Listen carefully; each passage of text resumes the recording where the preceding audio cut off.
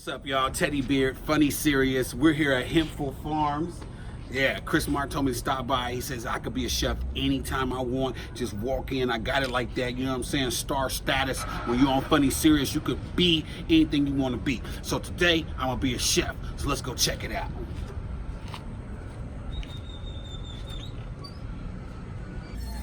Hey! What's up? Good to see you. So this is it, huh? This is it. You want to take a peek at what we do? Yeah, let's do it.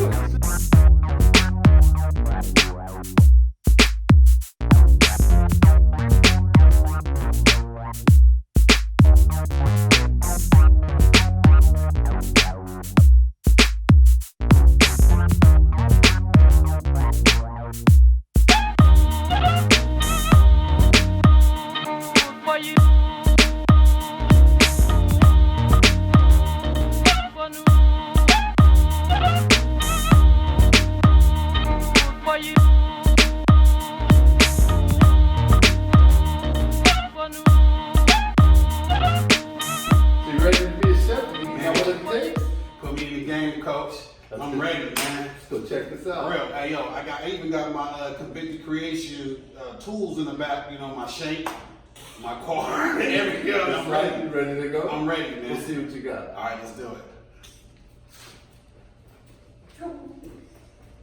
I think this is at the house. Yeah, but this is starting here with the chef's position. Every day I come in, I start there, I end there. This is where you get to start. Did you talk to my mom before coming here? I did. She told me that you love it. All right, let's get it over.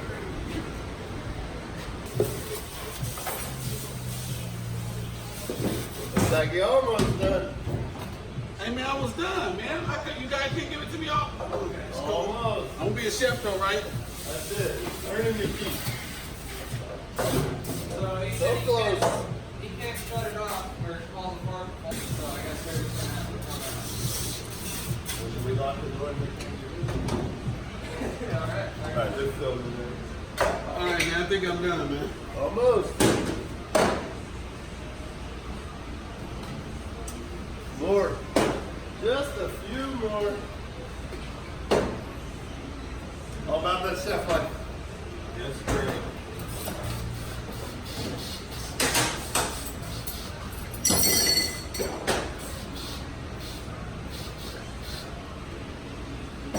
There you go, chef.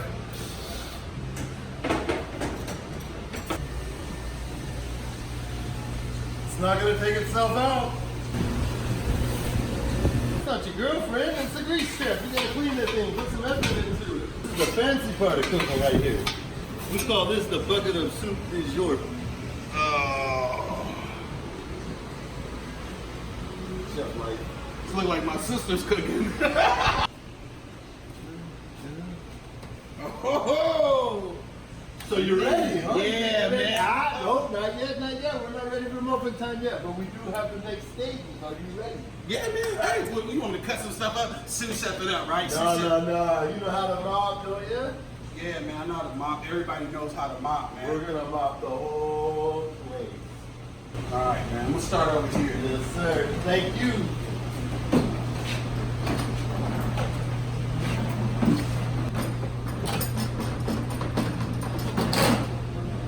What the hell are we doing? Yeah. I thought you said you knew how to mop. I was mopping. You gotta take the mop out of the bucket first. Okay. The whole floor too. Right. All right. There we go. I know you knew that. You've been drinking a little too much today. No, you got something? Hey, it's Chris Martin, and I'm finally on Funny Serious Radio. Teddy Beard finally figured out who I was and invited me over. I can't wait to be on the show. We talk all about my story, my book, my documentary. I have my wife on the show with me. It's super exciting. She finally came out of the cage and wanted to join me on the show. I'm super happy to be here. Hope you stay tuned in. Check out Funny Serious Comedy. This is the beginning of cooking. Hey, I'm ready for the big stuff, man. We're going to start right here. We're going to do some eggs. You're going to get your pan hot. Get your oil ready. Okay, let's do it.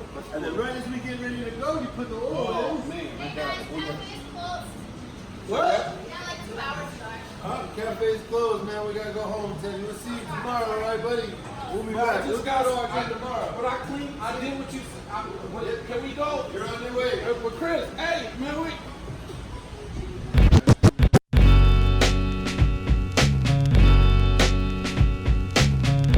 So I don't think they're gonna talk to us. Somebody want to borrow. Man, can I borrow your lawnmower? Have you read my book? I was waiting for the mini-series to come out where I play you. I mean, I play you. Yeah, I'm Chris Martin. You know, I'm with the movement, man. It's either Me Too or Black Lives Matter. I think Trey will love him. Right? My agent, he's all over it.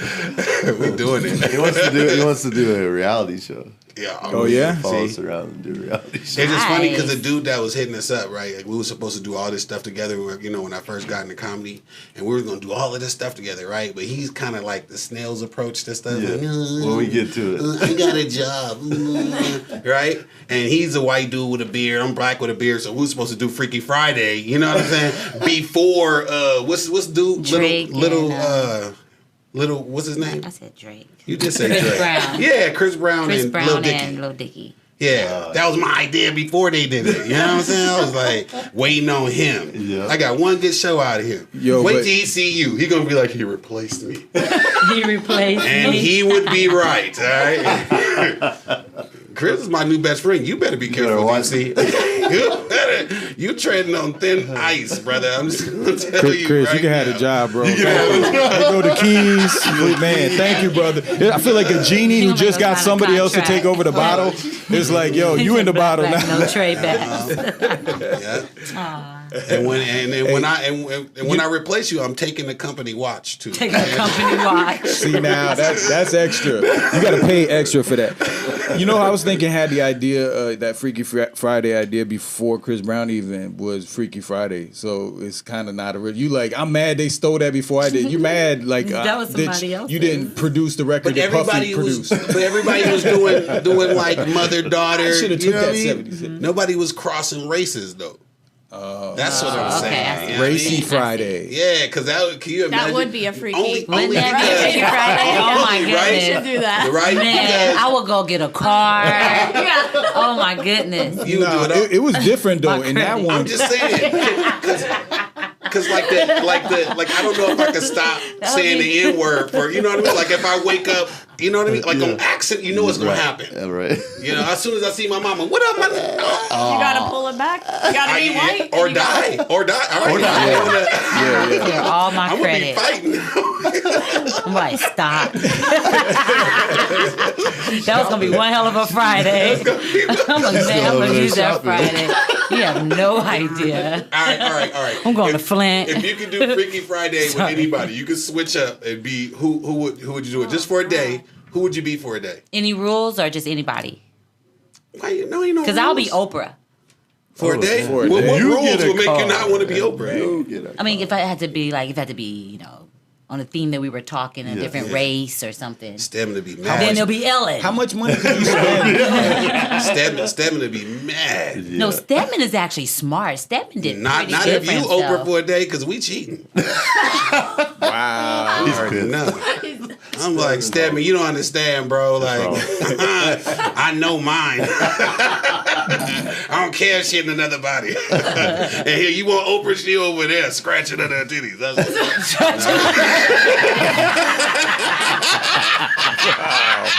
That's Oprah for you. Damn. That bus. I don't know how And it you goes. get a bra. And you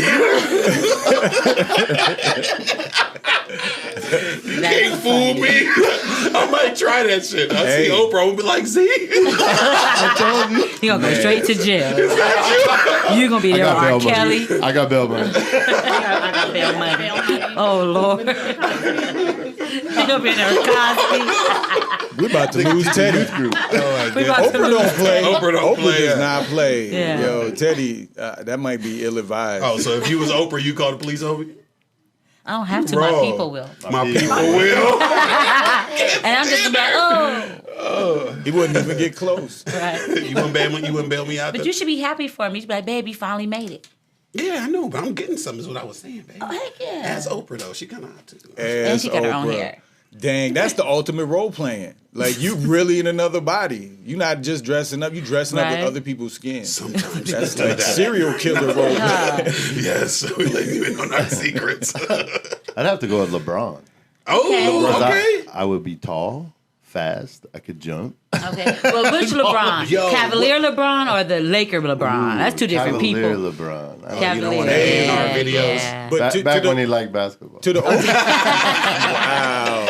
And didn't coach. He's more of a coach now. It's true. It's true. He's injured. I saw the trade that he orchestrated. Oh, right. Woof.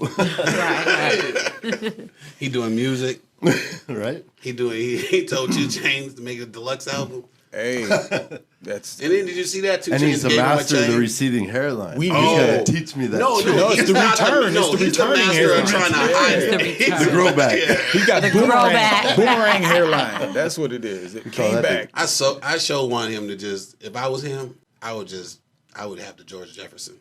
I wouldn't even try it. I would just want dunking on people with the George Jeff. With it, right. That You would want be, clown? I'm that would cutting be all of this. powerful. I look like that dinosaur, the one with the ball that be headbutting all the time. I have hair all like this, just disrespected. For real, I'm just saying, like, that was one of the things I liked about Rodman. Like, nobody really wanted to guard him. Everybody like, oh, he got pink nails. Like, he just doing just freaky stuff. Yeah. Like, come on, you.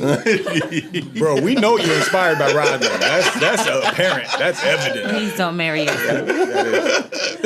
Remember he did that? Well, who would you be, Deep? I mean, Yeah, who would you be? We got LeBron over here. Okay, we got LeBron in the building. You know, Oprah's in the building. on a power move, I would think I would be Jay-Z for a day, just for multiple reasons. Yeah. Come on, Okay, man. okay. You got. Ooh, that's a good one. Yeah, That's a good one. You controlling some things. Everything. You smashing some things. I mean, I'm just not that I would. I would. But nah, I would. Yeah, It's just a day. Would you It's want to just be? a day. Would you want to be Jay-Z for a day if you quantum leaped? Oh, quantum leap! Remember that movie? wow. If you quantum leaped and you were Jay-Z, but when you got there, you had already messed up and you was in the doghouse. I still feel like So now you Solange. kind of can't cheat. No, but and you ain't getting none from B. Here's the thing. I feel like Solange low key wanted to break him off a little. I think I could have worked that out with 24 hours. So either way, I feel like it would have been a good time. That's a mighty big rock. It's gonna be the That's a second mighty punch big in the diamond. elevator. He gonna get kicked in the elevator. Them kicks was coming. They was passionate. There was something behind it. Huh.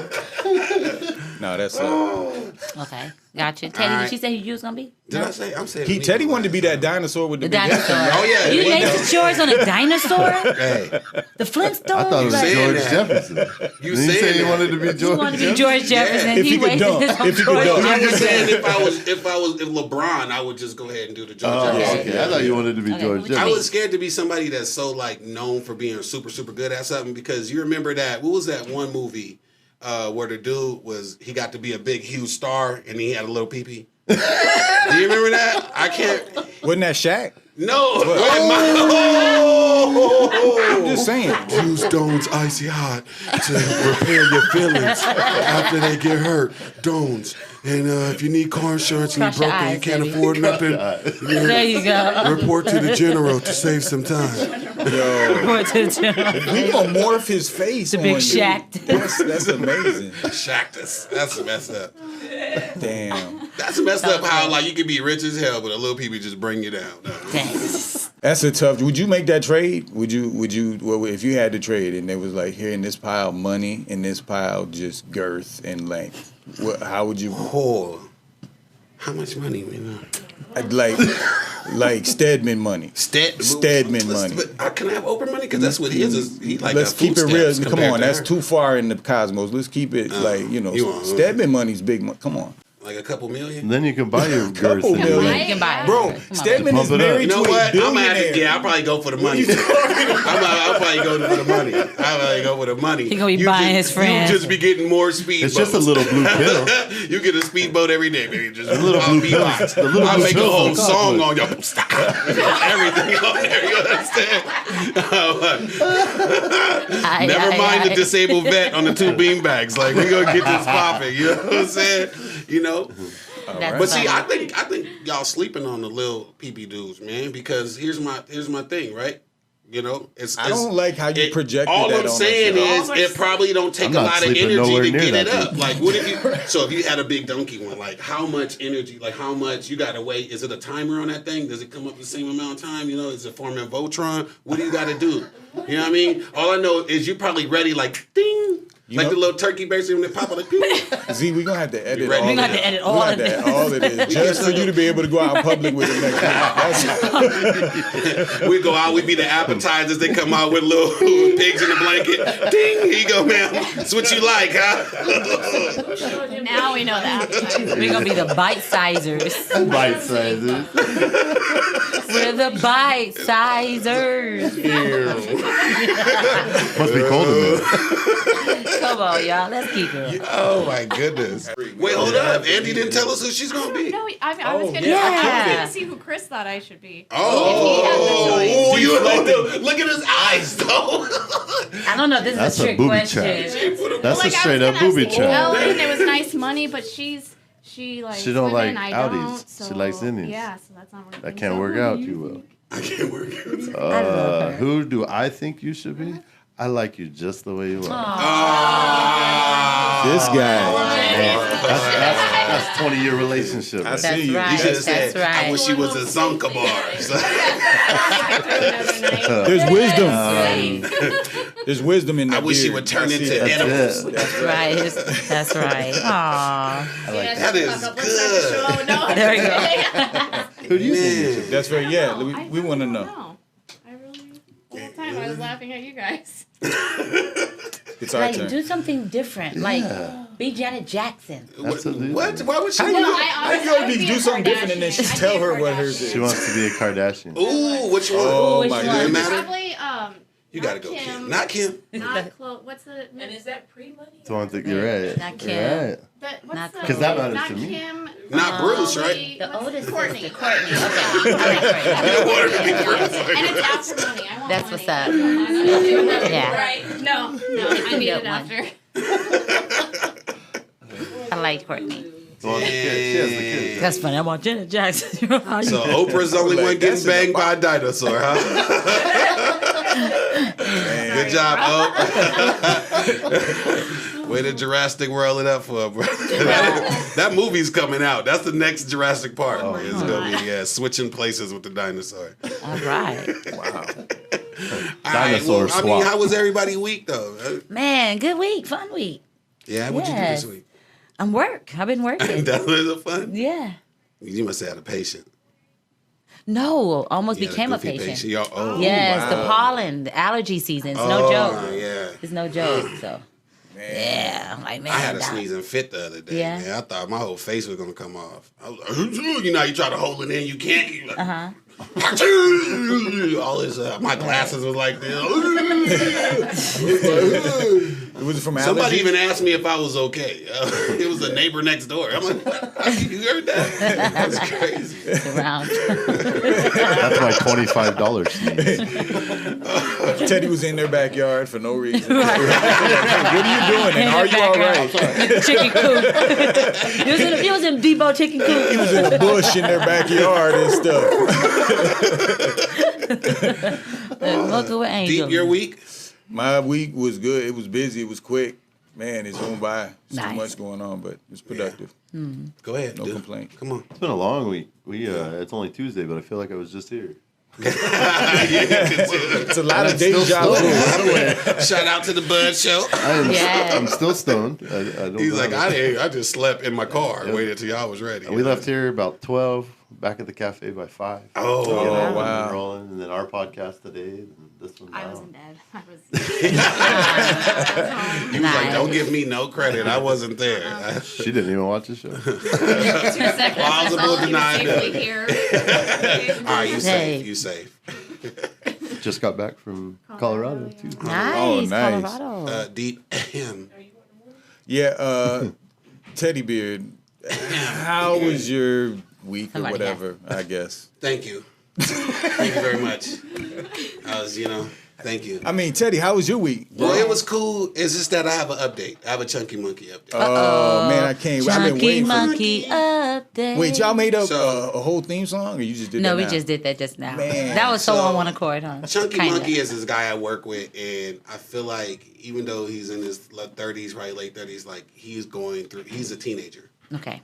He's going through a lot of things that we at this age already know and can't afford to make the mistakes he's making, but he won't listen to nobody. So he wasn't dating at all. All he would do is just sit at home every weekend on the couch, whatever, right? He met a girl on the internet.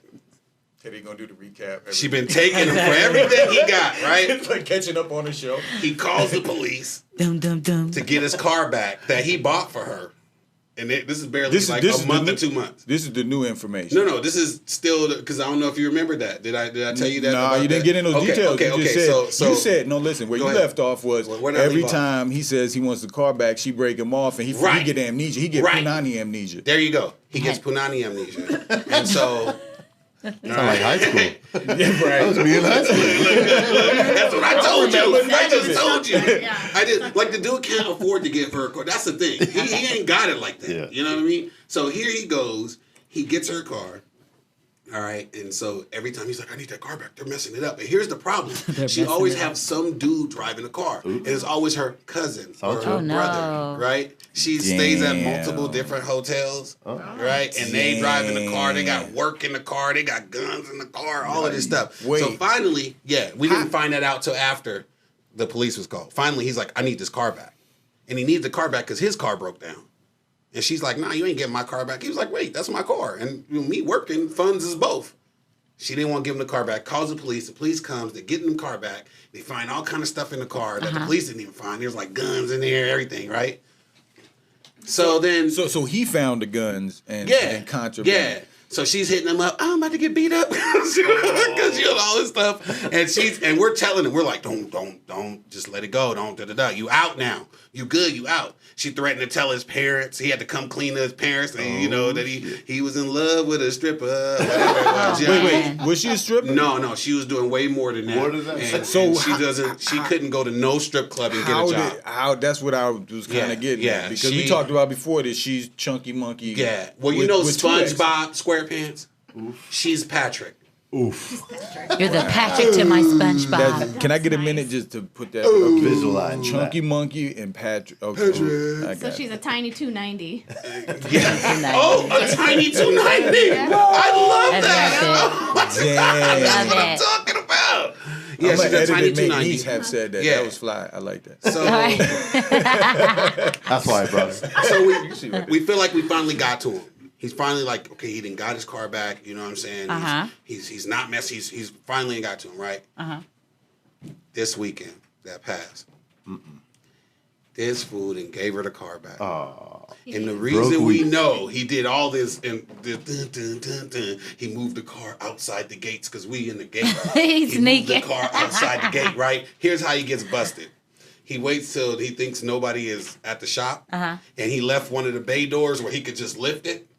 He went in there and got the girl power steering fluid for the car because he work at a shop, so he got it. They get it for free.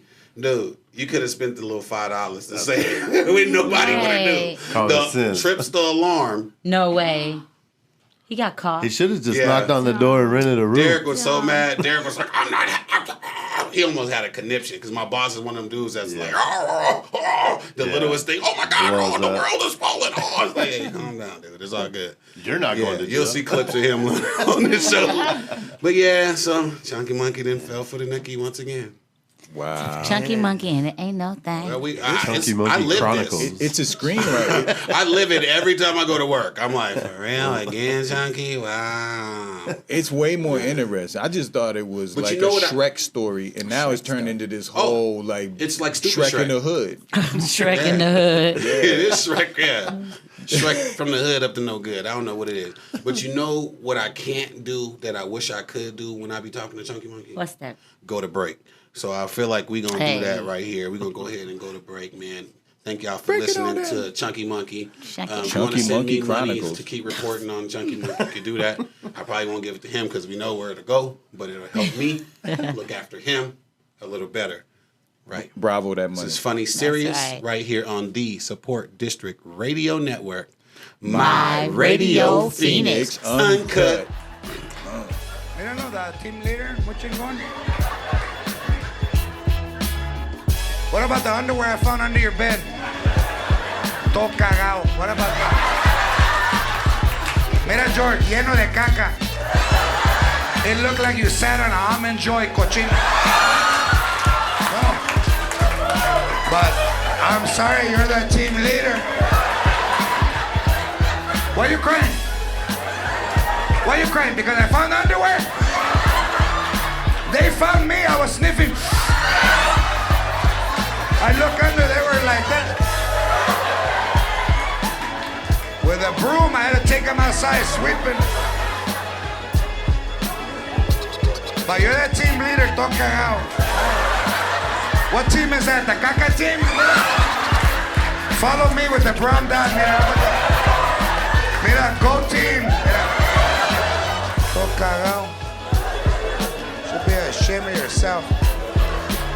I buy you underwear for what? So you can shit all over them? Clean yourself, cabrón. I know you're busy, but wipe.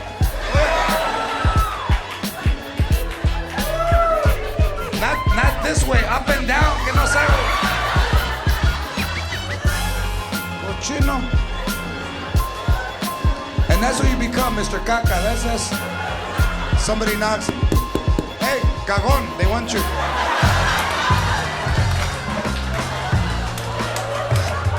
Why are you crying? Am I lying? If I'm lying, then tell me. Pero didn't I find? Shh! Don't tell me to shush in my house. Didn't I find underwear todo cagados under your bed? Yeah, fucking 9 years ago. I tell you because I don't want you to get a big head. Can't wait till Sunday. I go to church every Sunday. I have a very strong religious background. I go to church. I go like them in different cities. I go to different churches. Last week I went to a beautiful little church uptown. It was nice though. Like, they charge $1 to get in. You know, very nice. You pay $1, they give you a sandwich. And then they have a little group there that plays. The group does a 40-minute set, then Rev comes on, does 20 minutes. And like Rev opened the service by passing the plate. Plate shot around the room, came back, nothing in it. Rev said, yo, there's nothing in the plate. I said, I lost money coming down here. So I'm gonna send the plate back out there again and give you all a chance to clean this up. Shot around the room, came back, nothing again. Rev said, now, brothers and sisters, we can't make it like this. So now I'm sure that everybody here wants this church to progress. That if this church is going to progress, first, it's got to call. This church has got to call. And the congregation yelled, let it call, Rev. Let it call. Rev said, and after this church is called, it's got to stand up and walk. And the members yelled, make it walk, Rev! Make it walk! Make it walk, Rev! Make it walk! Make it walk, Rev! Make it walk! Rev said, and after this church is walked, it's gotta run! This church has gotta run! And the members yelled, make it run, Rev! Make it run! Make it run, Rev! Make it run! Rev said, for this church to run, it's gonna take money. And the members yelled, let it crawl, Rev, let it crawl.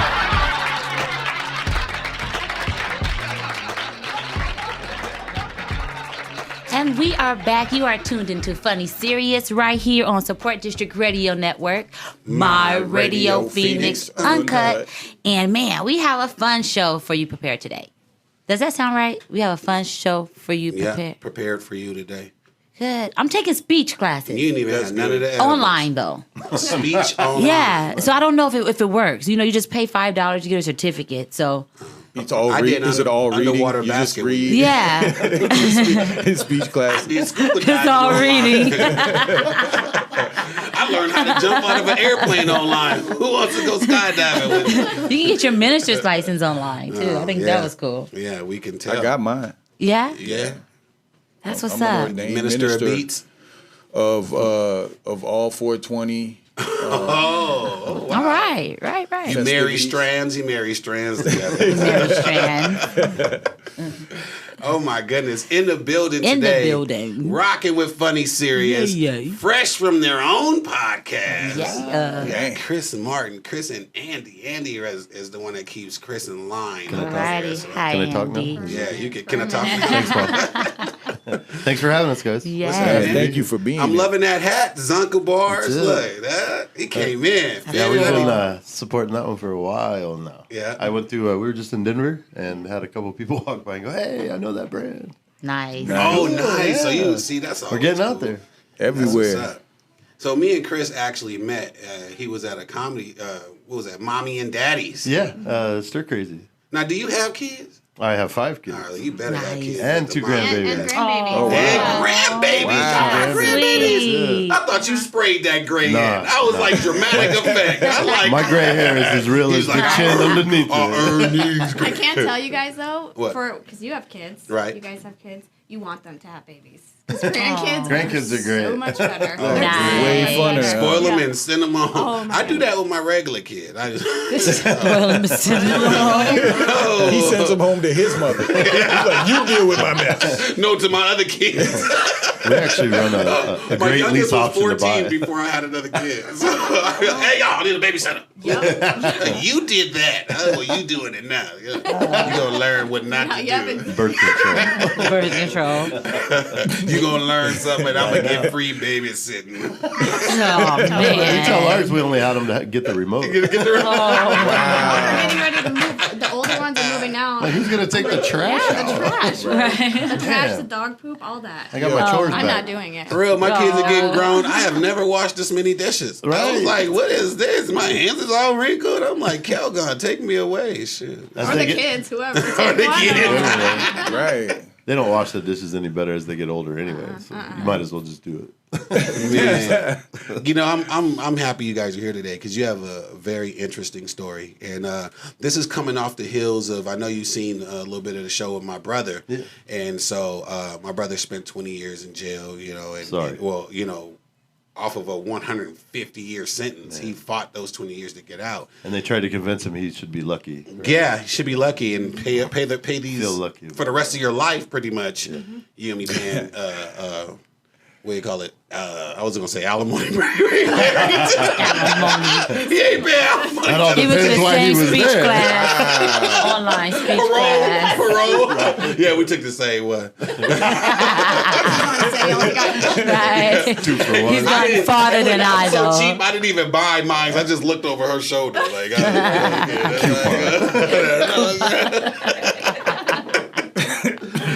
oh man! So just kind of fill us in on, you know. Well, you know, the story starts back in, it goes way back. As a kid, I grew up in foster homes and group homes back home. I grew up in Kansas. My mom liked drugs a lot more than being a mom. My dad just wasn't around. So typical, you know, broken family story. I ran away at 9 and 10 years old, lived in the system, and knew right then that my story was going to be a lot bigger than me. I just didn't know what that meant. I had no idea. All the traveling. And once I got to Arizona at 18, I came out here to play baseball at Yavapai. I met Andy in college. I got caught with a joint. I was playing baseball as a pitcher. My roommate was a drinker, got a little loud. The campus police showed up, got him in trouble for drinking, wrote him a ticket, and they opened my top drawer and found a joint. Oh wow! And that got me 3 years in prison for possession of a dangerous drug on campus. All right, That was back before the Jones ruling, and it was quite a while, 1995. That's exactly what I was going to ask. It's What year? I want to rewind a little bit, right? Because I don't want to glass over this. I always love the story, but y'all met in college. Like, what was your impression of this dude? What, like when you first met him? I was only That was a lot of gray hair ago now. 15 when I met him. Oh. So he was in college. Hey, that's a wrap. Oh, Cut. These are my confessions. Man, I thought we weren't ever going to tell that story. I act 15 when it's season. No, honestly, I was at a college party, kids playing poker and just, listening to music. And Kids. Yeah, you was at college. Literally kids. Huh? she came walking by, and I'm like, wait, I have not seen you on campus. She's a kid. Who are you? Funny, seriously. Where's my card? I know. We need that shit. Funny you should say that. Too soon. So then all of a sudden, we start chatting, and you could tell right away that she shouldn't be there.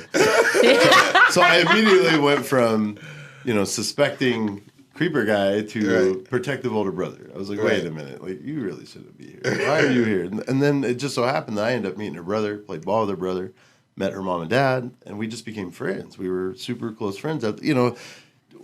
Show up at the same party kind of friends, and then start talking a little bit from there. And we became really close. We got accused a lot of the times from friends that we were messing around, but it was more of, I think more on her part. She knew that I was just a college guy, 19 years old. I probably wasn't going to settle down with one girl. And she just, i.e. a 19-year-old college guy. That's the truth. That's how it goes. So I feel like I'm Chuck Woolery, right? He's like, it was all good. She's like, he was nasty. But I like nasty, I guess. Apparently. we stayed close after that. Honestly, I sold her pot. I was the pot dealer in college. So technically, that's kind of how our relationship grew. From there, we just started hanging out all the time. Then we kind of separated.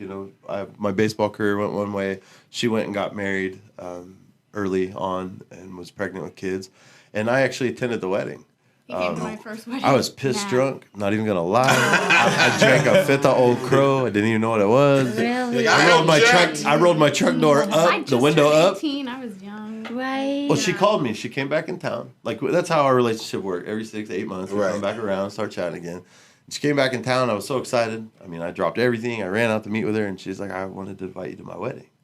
And I was just like, oh, I never told you how much I really liked you, and now I can't. Man. So I called my boy. We were sitting around smoking and doing our thing, and I just, that got bummed out, and I started pounding liquor. And I said, I'm going to her wedding, and he's like, you're not going without me, because it's her day, not yours. So we got out there, and he kind of talked me off a ledge. I let her have her peaceful day, and on the way out, I just grabbed the guy's hand and said, don't make a mistake. Do not screw this up. If you screw this up, the door's open. And then I went back, I danced with her, I gave her a kiss, and I said, I'll marry you one day. I'll be back. And I told her that. I don't want to ruin her day. And I told him the only reason I didn't is because my mom was really mean, and I was young, so I was like, she couldn't go in on her wedding day and tell her mom, hey, I'm not going to get married. I really like him. It would have gone real bad. Right. I know mom and dad, and I didn't want to be that guy. I don't want to be the reason. So, and this is before the joint. This is before all of it. Yeah. Okay. So she went and got married. I later on, a year or two later, ended up getting married and had a kid. Just really poor timing, poor choice of mom, I guess. It was just bad timing all the way around. I ended up moving to Virginia with my dad, trying to get a relationship with someone I'd never met or known. And Andy actually got a divorce. She called me out there, and we started to talk again, and it clicked. We knew right then, like, there was a reason for this. There was a purpose for everything the way it went. And she said, I bought you a plane ticket. I've got a ticket for you to come home. And I was like, wait a minute. Like, don't fuck with me. Like, seriously, I've been trying to make sure I did this correctly for a long time. That's romantic. And she got you the ticket? She bought me the plane ticket. She flew you in? She did. Oh, she brought me home. Yep. She brought me home. Chris Martin, everybody. Chris Martin. Yeah. So on the fly in. I came back home, and within the first year, we had we knew what was going to happen and how this relationship was going to go. There was no question of if this was going to make it or when. We really jumped right in within about 2 years, a year and a half. We had Christopher. We had my son. Number 5. Yeah, and then I made her wait a few years to get married. I'm very superstitious. I felt like it wasn't her fault. Brother. It was me. It wasn't her fault. It was all mine. 10 years. I waited until 11 to get married because I'm a football player, baseball player. I look at the clock twice a day at 11:11. That's some baseball players. It's very superstitious. I'm that guy, and I told her, I said, look, if we make it to that date and nothing stops us, then I'll do it. I was just scared. I'd been through a really bad marriage before, and I didn't feel like I needed to make that commitment to show her I loved her. But honestly, she earned it. I don't know any way to put it. So we had a big wedding. It went off without a hitch, and then that's when I was diagnosed with Crohn's. I'd been sick for a long time growing up as a kid, and in the system it was ulcers or IBS or all the guesses the doctors could put out there. Once I finally got diagnosed with Crohn's, that's when they dump narcotics on you, balisalicide, Humira, anything they can do to try to get this disease out of you. According to them, they'll try, unless it's plant. If it's cannabis or hemp, they don't want any part of that. So I started researching hemp, cannabis. I'd always been a pothead. That's been my thing, but not on the RSO or microdosing level to where it was actually going to benefit my disease. As I learned about it, literally we started an edible company in 2010. So it took a couple of years to learn. 2010, we started a company called Zonka. Is this after? So when did because you spent 3 years? That was the first time I went down was 1995. So her and I were friends. I played college baseball. I got caught with a joint. They raided me because I spent a lot of time as a child in foster homes. The judge used that as an advantage to him to put me in the system.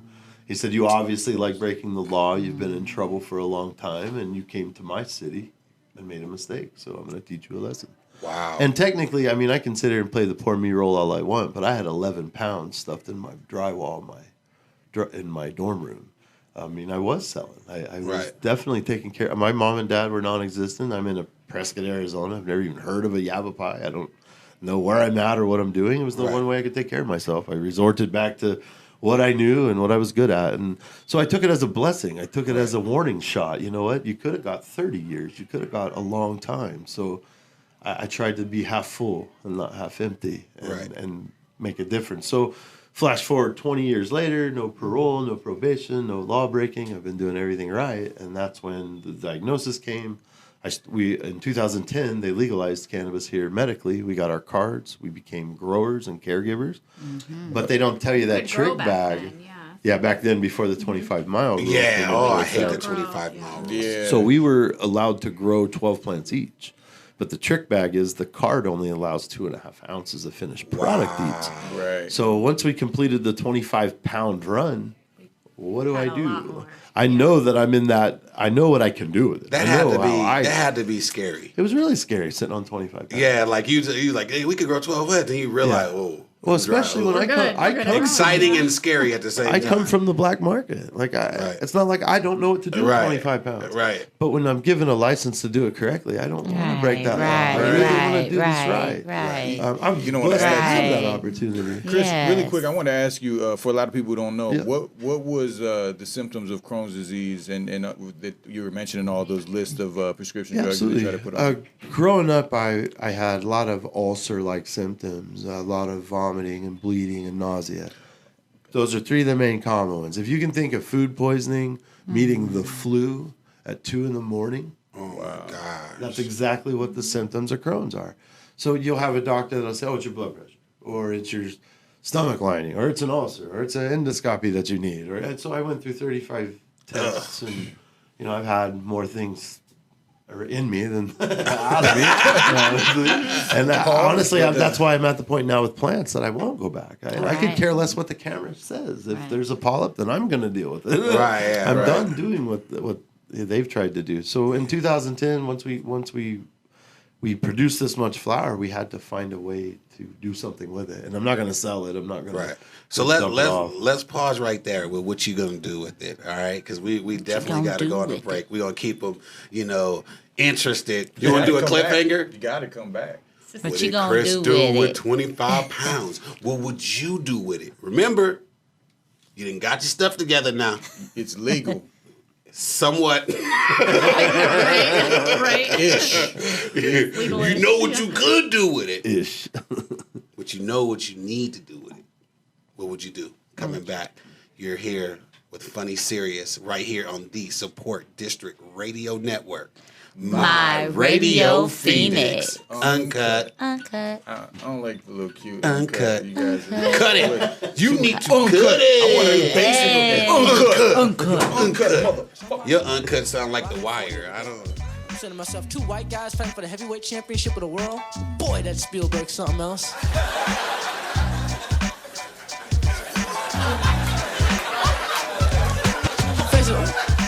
White guys cannot box. Black guys fight better. Puerto Ricans fight even better.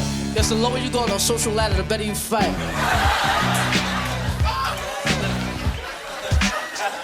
You think about for every good Puerto Rican fighter, there's an American Indian just waiting to kick his ass.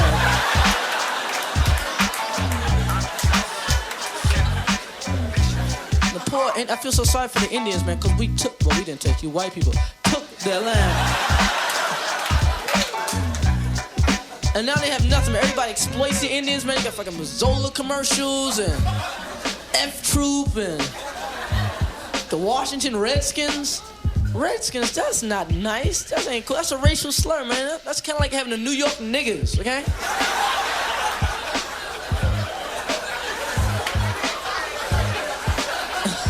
The Denver Dykes, okay?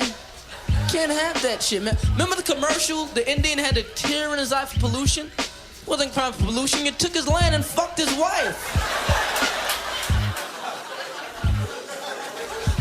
I don't think he was crying because it was a tear, you know, or because there was a fucking can on the ground. It's like, yeah, you could fuck my wife, but that can gotta go.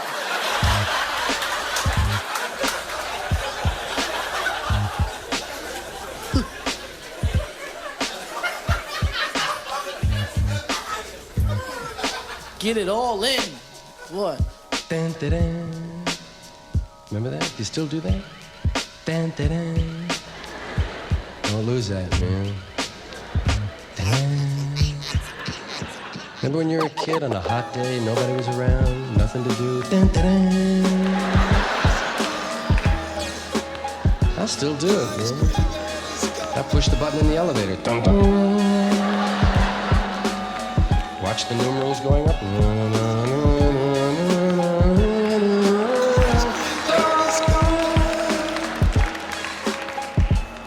Otherwise, it's all wasted time, you know? Elevators, nothing to do in the elevator except not look at the other guy. Right? Stare at your shoes. I play spy at the airport. Do you ever do that? I believe in using that kind of time. It's wasted time. Play spy at the airport. Especially a big airport. You know there's a spy at the airport, man. Your job? Find him. Find him. Find him. Yeah. Get into a little of this. Let's share this with you. I'll share a swallow of water with you. Why not, man? No one ever shares a swallow with you. It's a kind of a personal sound.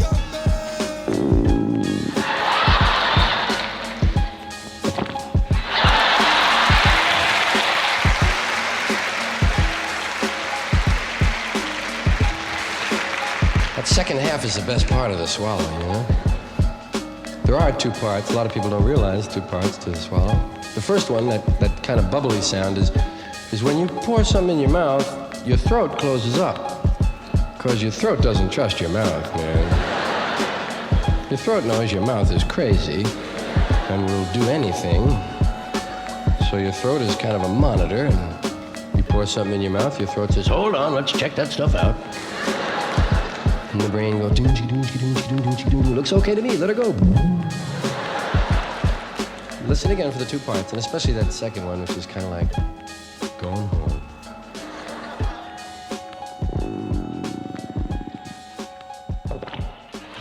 We are back, funny, serious. Chris Martin and Andy. Oh, Chris and Andy Martin. You almost had me with it. Yeah. Yo, it's interesting. So where we left off, what was the cliffhanger, right? What did he do with it? 25. What did he do with the 25? What did he do with it? So Because I know what I would have did. He had a license to grow 12. Uh-huh. But you only carry 2. And you ended up with 25. Absolutely. Don't this sound like one of those math equations? Like if a train leaves New York, you're traveling at 45. This is like this is the 420. How you gonna get 12? I only carry 2. That's what everybody's saying. We probably would have all passed math if we did it that way. You know what I mean? That's look. Oh my goodness. So what happened? Nothing incriminating. Well, when we had the flower, edibles weren't really popular yet. It was pretty new. There weren't dispensaries open dispensing anything. Right. We were sitting around a table a lot like this, actually smoking some of the flower. I know how I'll get rid of it. Let's start right now. And actually, we had a sweet tart, a Willy Wonka sweet tart package on the table that somebody was eating. Right. When they ripped it open, the label fell where the W turned into a Z. Wow. And I looked down and I went, that's the edible line right there. I mean, Wonka is one of the most popular candies out there. It's one of the nostalgic. You see the logo, you're like, golden ticket.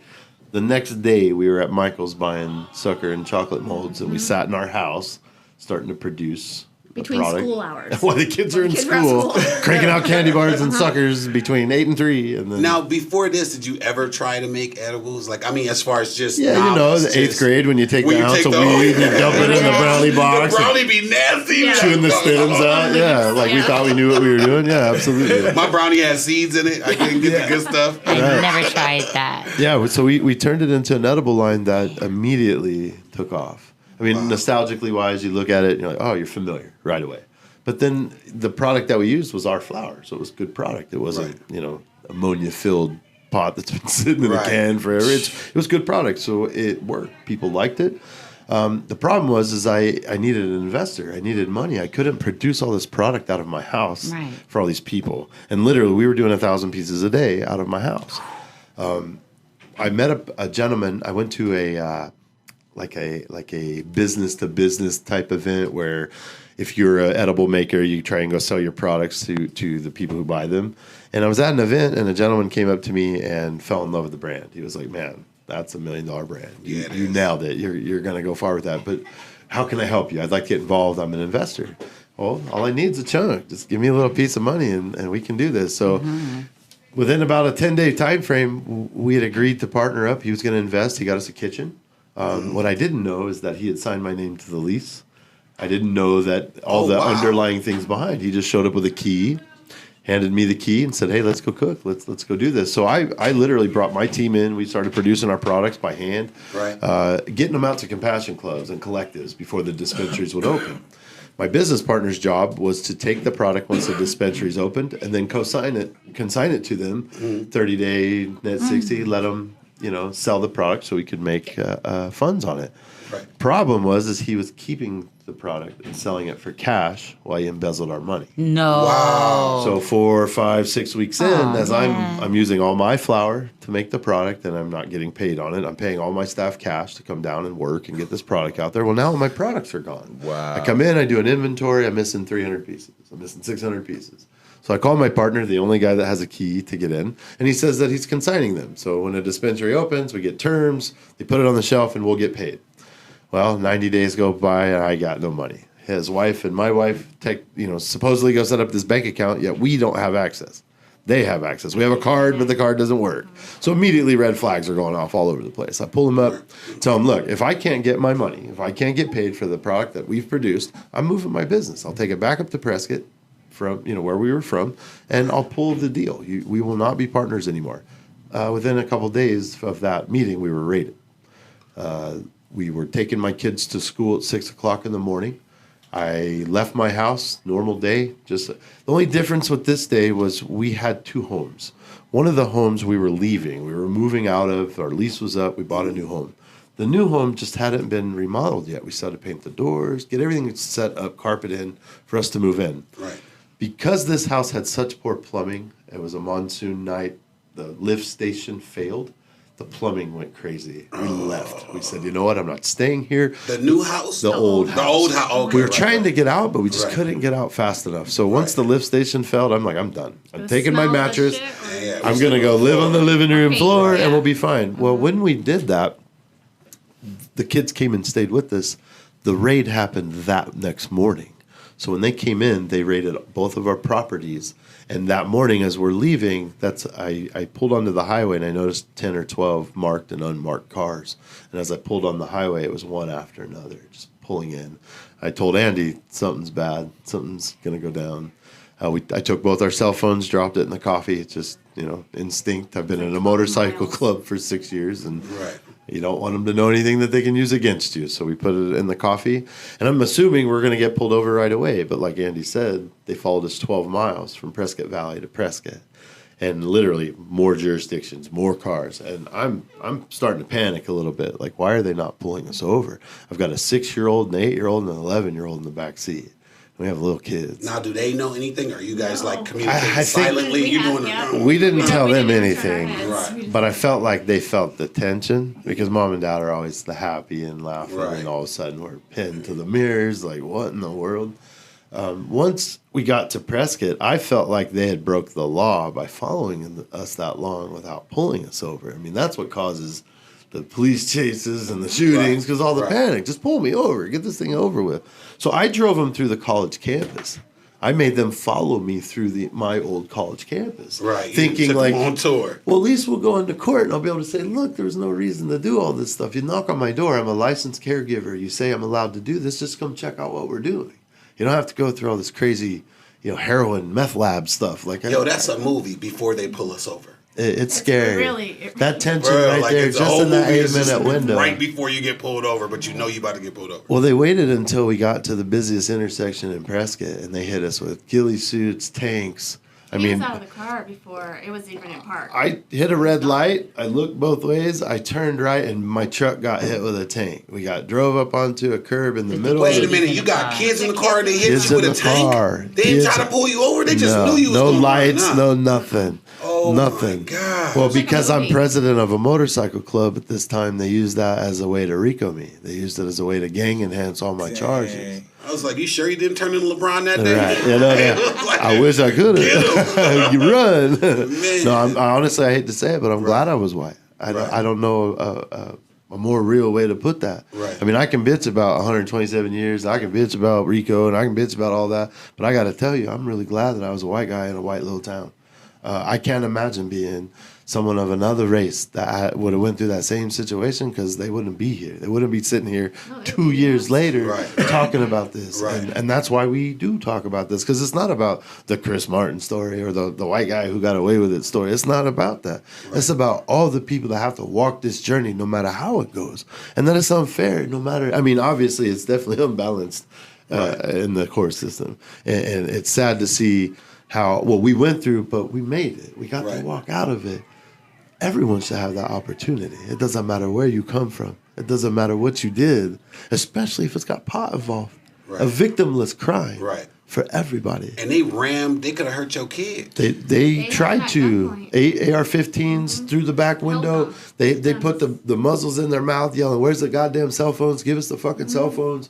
I mean, and my little dude, we call it shark eye. Like when your dog looks at you out of the corner of his eye. Right. Well, my son was shark eyeing me.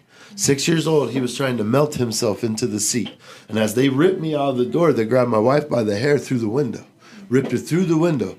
As they got me slammed against the door and they start handcuffing me, I seen them through the window with the guns and the ghillie suits, give me the phones and yelling at them, and I lost it. I attacked the guy. I can't do much. I could kick him and push on him, but at that point, it don't really matter. You know what I mean? I'm already gone, and what's going to happen is going to happen. We didn't have to go through all this with the kids, though. Right. You know, my son now is 13 years old, and he's been homeschooled ever since. The PTSD that little boy suffers doesn't go away. You know, the case went away, the felonies went away, time's gone by, made a lot of this better. But my little dude, who starts freshman year next year and isn't going to be allowed to go to public school because of the behavior that he has, which I wouldn't say he's a bad kid, he panics when mom and dad drop him off at school because what happens when we're not there to pick him up? Right. What happens if we get hit? Right. And he's got to scramble to pick a phone. My son's so neurotic now. When you come to my house, he'll walk up to you and say, "Hi, Teddy, can I have your phone number?" Because what happens if he can't reach mom and dad? Right. He knows your dad's friend. Yeah, you going? Yeah, I'm gonna hit See, you that up. breaks my heart, though. You know, No, 7 years for later, real. we still deal with that. So just imagine what those other stories are like for the bigger. And you don't even know what's really going on. No, at that point, You know, I don't even know why we're getting raided. I figured it had to do with my motorcycle club. I thought maybe one of my guys did something, or, you know, I'm the leader, so they're going to come get me. And really, my club was just a fundraising club. Like, we didn't want to be Hells Angels. We didn't want to be a 1% club. Right. But because we ride with 25 guys and we're in a state that is ran by other people, we were forced with a dilemma. Either you run this way or you run this way. So we decided to start our own club to try to keep the heat back and not have the pressures of joining other clubs. But then all that did was allow the police to step in as a gang and really just teach us a lesson. Right. So, did anybody else from the bike club get pulled in? Or no, they just, nobody else. Just the leader. Honestly, once I got raided, the club fell apart. You think brotherhood and you think family and you think all that stuff, but when the shit gets real, only homies that have walked it or willing to walk it are gonna be there. I lost 45 brothers that day. Did you were any of them like business partners at all? No. The funny thing is the gentleman who was my business partner, who ended up being the snitch and started this whole thing, he was a prospect in the club, but 2 weeks before this raid went down, he turned his colors in. Red flag number 11. So honestly, he knew what he was doing and where this was going to go. He had been doing it for a minute. I wasn't the first babe in the woods he came across. Oh, man. I'm just a handshake guy, and that's a sad thing because I come from the old school. If the handshake's broken, we go to the yard. Right. I'm not calling a lawyer. We're not going to do paperwork. Right. We're going to handle it, and then I'm going to pick you up and hug you right. and show you why I'm still your family. That just don't fly these days. That's not how this goes. I still shake hands. I just hand you an NDA in the other hand. I just try to protect myself a little bit more now because not everybody has that same. The times have changed, big time. So then, okay, so now what? So you're you didn't do anything. You're figuring out somebody set you up. Yeah. Do you try to get out of it? This guy. Well, they put me in the hole. They took me to the hole right away. I'm high risk. I'm high everything. I'm a drug dealer. I'm gang member. So they put me in the hole. Kingpin. Right away. I was called the Munchie Syndicate leader. Wow. I'm going to get a patch made. Munchie Syndicate leader, like Cookie Monster on there. Yeah. So you going to call me that tonight. Yeah. Munchie Syndicate leader. Appetizer. Start with your D, baby. You already know. The appetizer. So they put me in a jail cell and they take my wife and kids, and I don't know where they're at. They put me in the hole with a spit shield on the window where a detective comes up, which we all know who this detective is just from being in a club, having run-ins with the police forces with my other members. You learn who's who in the force. And this guy, Mark McLean, is a special case. He's on the Brady list, which is a list of police officers who have been in trouble for planting evidence and lying to grand juries. Already been in trouble for doing stuff before. So we found that out because when I got arraigned, the judge arraigning us is friends with this cop. So because of that friendship, she had to recuse herself off the case because she knew of him being on the Brady list, which would only hurt their case against us. Which caused me to realize where we were. Instead of dumping all my money that I had left that they didn't seize into a lawyer who's sleeping with the judges anyway, I dumped all my money into a private eye. That's new. You don't That's hear that. smart. No, Well, the But you don't hear detective, that most. the PI was a 20-year veteran of the sheriff's department. Ooh. They took his pension. Something happened where when he retired, he lost all his money he had worked for. You have an axe to grind. He turned PI. Now he's pissed. The neat thing was I owned an Italian restaurant called Rustica Bistro and Wine Bar in Prescott Valley before any of this happened, and he was a regular that used to come in my wine bar. I knew he was a police officer or military of some sort, just the way he carried himself, his big belt buckle on his hat, and you could just tell. But he was a really nice guy. So I'm not judgmental. I don't care what you do outside my restaurant as long as you're buying my cannoli. We're good. You know what I mean? I love you. Well, him and his wife were frequenters of the wine bar. So after Andy and I got raided and. I finally saw her in county jail when they took us to the arraignment on video court. They actually put us in the same room. So I'm like, I'm so sorry. I love you. Anything I could get to her. Well, Norm walks in, my guy, my detective. He walks in and he puts his hand on my shoulder and his business card. And I recognize the belt buckle. Honestly, I'm like, what is Norm doing here? I'm so embarrassed. My patron from the wine bar is in jail with me right now. How did this work out? And I seen the card. He's a private eye. He's like, you might need this. So when I got out, first thing I did was call Norm and told him the situation. He's like, you need to understand, I have so much dirt on this county. We need to talk. Wow. So as soon as we started to compare notes and him understand, one of the situations in our case was they GPSed our vehicles. In order to do that, you have to have a warrant. The warrant has to get signed by a judge. They come into your yard. They stick it on your car without you knowing, and they follow you around. Well, after they GPSed our vehicles, we had a warrant sent to our house after the raid that was post-dated and signed by the courts. Wow. The dates were after, and they accidentally sent it to me instead of the courthouse. Wow. So I go to, that shows you the level of compliance and ability at this How place. people don't normally challenge anything. Right. They probably made that mistake plenty of times and nobody knew better. Well, I took it to the PI and the attorney, and they're like, how did you get this? I'm like, well, they sent it to me. Give me that. You have the smoking gun. We go to court. We file a motion to suppress due to this new information. I mean, we've won our case. Right. Like, you cheated. You didn't even do this correctly. We get into court. We've got the detective, the same detective that's a piece of garbage, crooked. Right. And now he's special agent with the Attorney General's office, just by the way. We get him on the stand, and my lawyer is like Columbo. He's passed now. He's not with us any longer. But Alan Bickert, amazing, 85-year-old man, barred in 4 states, been doing this 50 years. Only takes cases like mine that are high profile when we can't afford it. Okay. Wow. He's that guy. He's the guy that most guys would never take those cases at all. I mean, you're not going to win them. Right. He's amazing. So he's, he walks in, he's Columbo, he's pissing the whole court off. He's got the judge so fired up because he's taking his time. He's situating everything, and he lays into this officer. The officer is so disgruntled by the questioning that he can't even get ahead of the game. So he blurts out of nowhere, well, I watched the defendant commit armed robbery. And I mean, you could hear a pin drop in the courtroom. Like, I'm not there for armed robbery. What in the world are you talking about? I'm not even charged with armed robbery.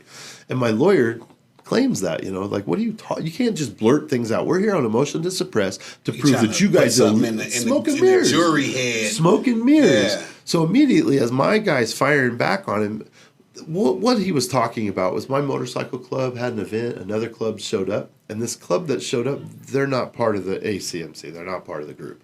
They just sewed some patches on and tried to play Sons of Anarchy and showed up at our event. Right. So me being a probate president, which means I'm in a club that hasn't been accepted, but we're about to be, we're earning acceptance, I have to defend my club and my state and my county where I'm from. So if a club comes in that's pretending, I get to go call them out. So I walked up to the president who had his patches taped onto his cut.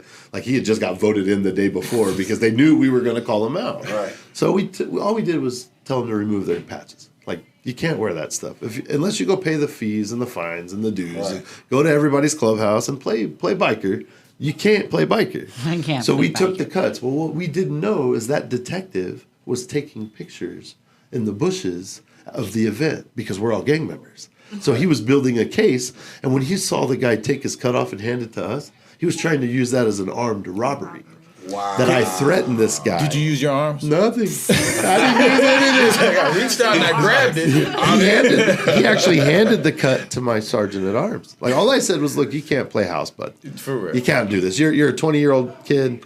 I'm not trying to smash you or hurt you. I'm just telling you, like, this is real stuff. This ain't TV. Like, either you want to be in a club or you don't. And he was quickly like, take it. This sounds like, this is so chauvinist, but this sounds like an argument with your girlfriend. And I don't mean that for either of y'all, but I mean at a certain time when you're in the middle, you're talking about this and they throw something from left field. And you're like, wait, what? What? And it works sometimes. Like, I'd be like, wait a minute, what was I talking about? What was my defense? I don't remember. That's exactly what the court system's built on, though. I mean, it's smoke and mirrors. If you can make something look like something that it's not, then it fits the mold anyway. Yeah. And that's what my lawyer told me. He said, look, son, after 3.5 years of fighting this case, we get into court. We lost the motion to suppress because the judge jumped up and said, the cop had nothing to do with it. He did nothing wrong. And it's obvious he's not lying. So it's obvious they're friends. Boys never. They just had dinner together. Yeah. So literally, when we walked out of the courtroom, we had 100 people in court support. They were like, this is kangaroo bullshit. Like, I've never seen anything like it. So all we could do from that point is make it public. Right. Like I felt like I was caught in a dead end. If I don't go public with this, nobody's going to understand when my house burns down and why. When my brake line gets cut and I plow into the back end of a semi and I'm gone, nobody's going to understand why. Nobody's going to question why. Nobody's even going to care. Right. So I felt like going public was more dangerous than not. But if I go public and I get support with it, they can't touch us. Right. They can't touch us. And if they do, then I just shifted that responsibility on them. Because right now it's on me. I'm the felon. I'm the guy in court. I'm the guy in front of the jury that got indicted. And all the way around, I'm the bad guy. So we lost the motion to suppress, but they came back with a plea of 2 years. The reason they came back with a plea of 2 years, 6 months to the day after my raid, there was a party on Whiskey Row, which is our... How many years were they trying to give you? Yeah, and what 127 years. What were the charges that they were? 22 felonies total, 127 years maximum. Everything from criminal syndication, organized crime. I was El Chapo. I'm not even kidding. They looked at me as El Chapo. Like they paraded me around on the newspapers, the news. Like they caught the one. Do that? That's their thing. My brother said the same thing. They did. Like, well, here I am, this 6'1", 250-pound white dude in a motorcycle club in little ass Prescott. Yeah. Oh, I asked for it. Why didn't I just rent a room at the jail? Like honestly, You should just paint yourself black. why not? I should have. I mean, it's no. That was the next step. Oh wait, you came from Kansas City. You grew up with them. We got you. Go. Yeah. Honestly, it's literally you're who they use is the alternative when they say that. It's always in the news where they'll be like, if I saw a black person walking up the street, I might walk away. And they're like, well, same thing if it was a white guy and he had a bunch of tattoos and a beard and stuff. Chris, if it was Chris, I'd cross. What's sad? You walk in the courtroom and all you hear is. He's also the example of some of them. They'll be like, "See, it happens to us too." Not exactly. Like, you didn't grow up. You didn't walk this man's shoes. Let's calm down real quick. Well, we spent the next 3.5 years just battling. Every 30 days, driving to Prescott, anticipation of what's going to happen. We do a thing in my house at home. It's called high low. I don't know if you ever saw. What was the your high and low of the day? What was the movie? It was like This Is 30 or I don't know. It was some movie with Bruce Willis and Michelle Pfeiffer, and they used to do it in that movie. And I remember being a kid in a group home, and I watched that. And I was like, what would it be like to have a family that did that? I can't imagine talking to my mom at dinner going, yeah, this is cool. Good. I didn't have that. So I made sure to carry that on, that when I have kids, I'm doing it. So now if you come over, my kids won't let you skip it. Yeah. Like, hey, Dad, we can't get up. We didn't do high-low. Your friend didn't tell us it's high-low. So my nephews do that. So I know. That's how I know it. They don't. You get, hey, Uncle C, what's your highs and lows? I'm like, high-low helped us through those moments. It will. When you're trying to go up the hill and worry about getting sentenced or not coming back. And the day before sentencing, we had a high-low. And no one mentioned sentencing. Like, not one person said the low was court tomorrow. Right. But we all wanted to. Like, we all felt it. We all knew it, you know? Right. So we knew that we were going to get a plea bargain because 6 months to the day after our raid, there was a police party that all the heads, the sergeants, captains, all of them, they had a Christmas party on Whiskey Row.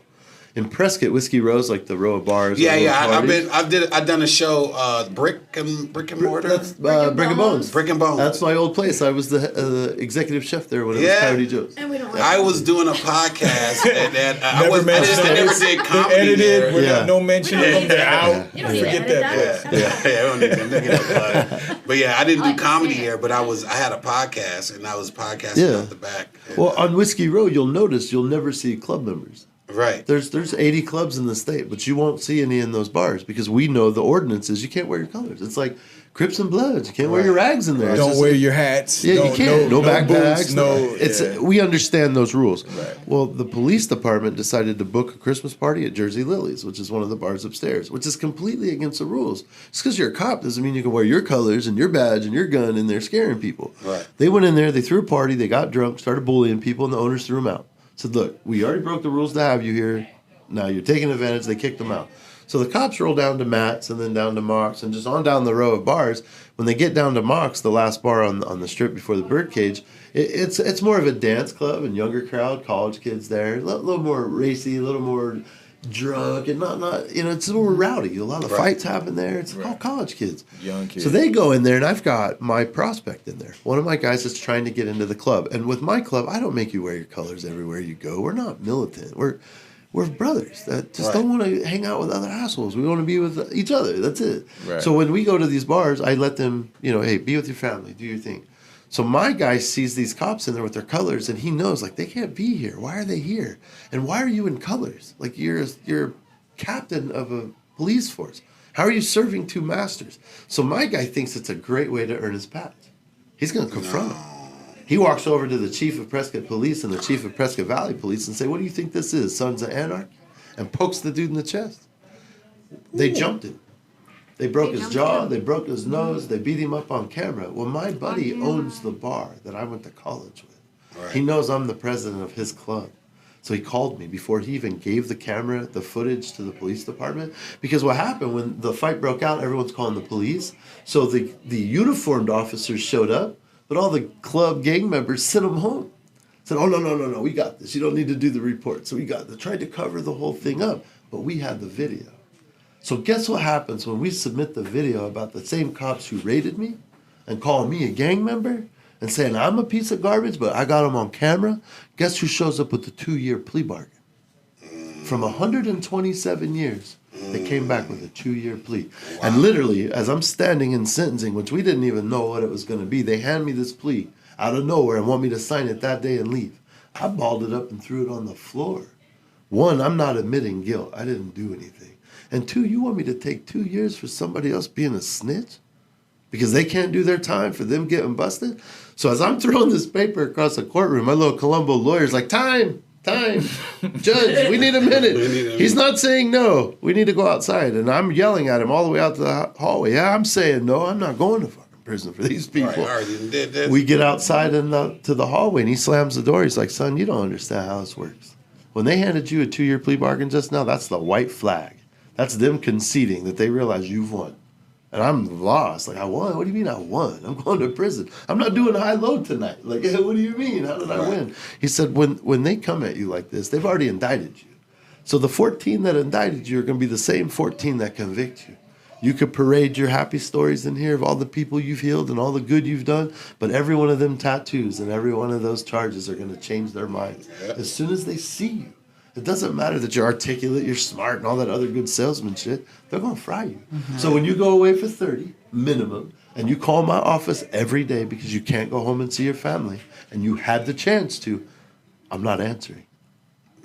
That's a tough challenge. I had to look right at him right then and say, okay, I'll accept the plea. And when I first threw it down, I heard my wife in the courtroom bawling because the state said if he doesn't take that plea, we're going to fry him. We're going to fry him. I heard him. I was sitting right behind him. She's screaming, take the plea, babe. He's like, take the plea. That's what they said.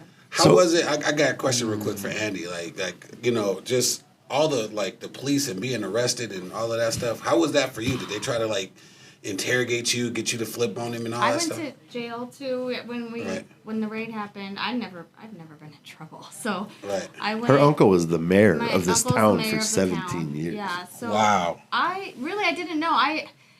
When I was being questioned, I still didn't know what was going on. 6 hours, so no attorney. I had 6 hours with the kids in the sheriff's office.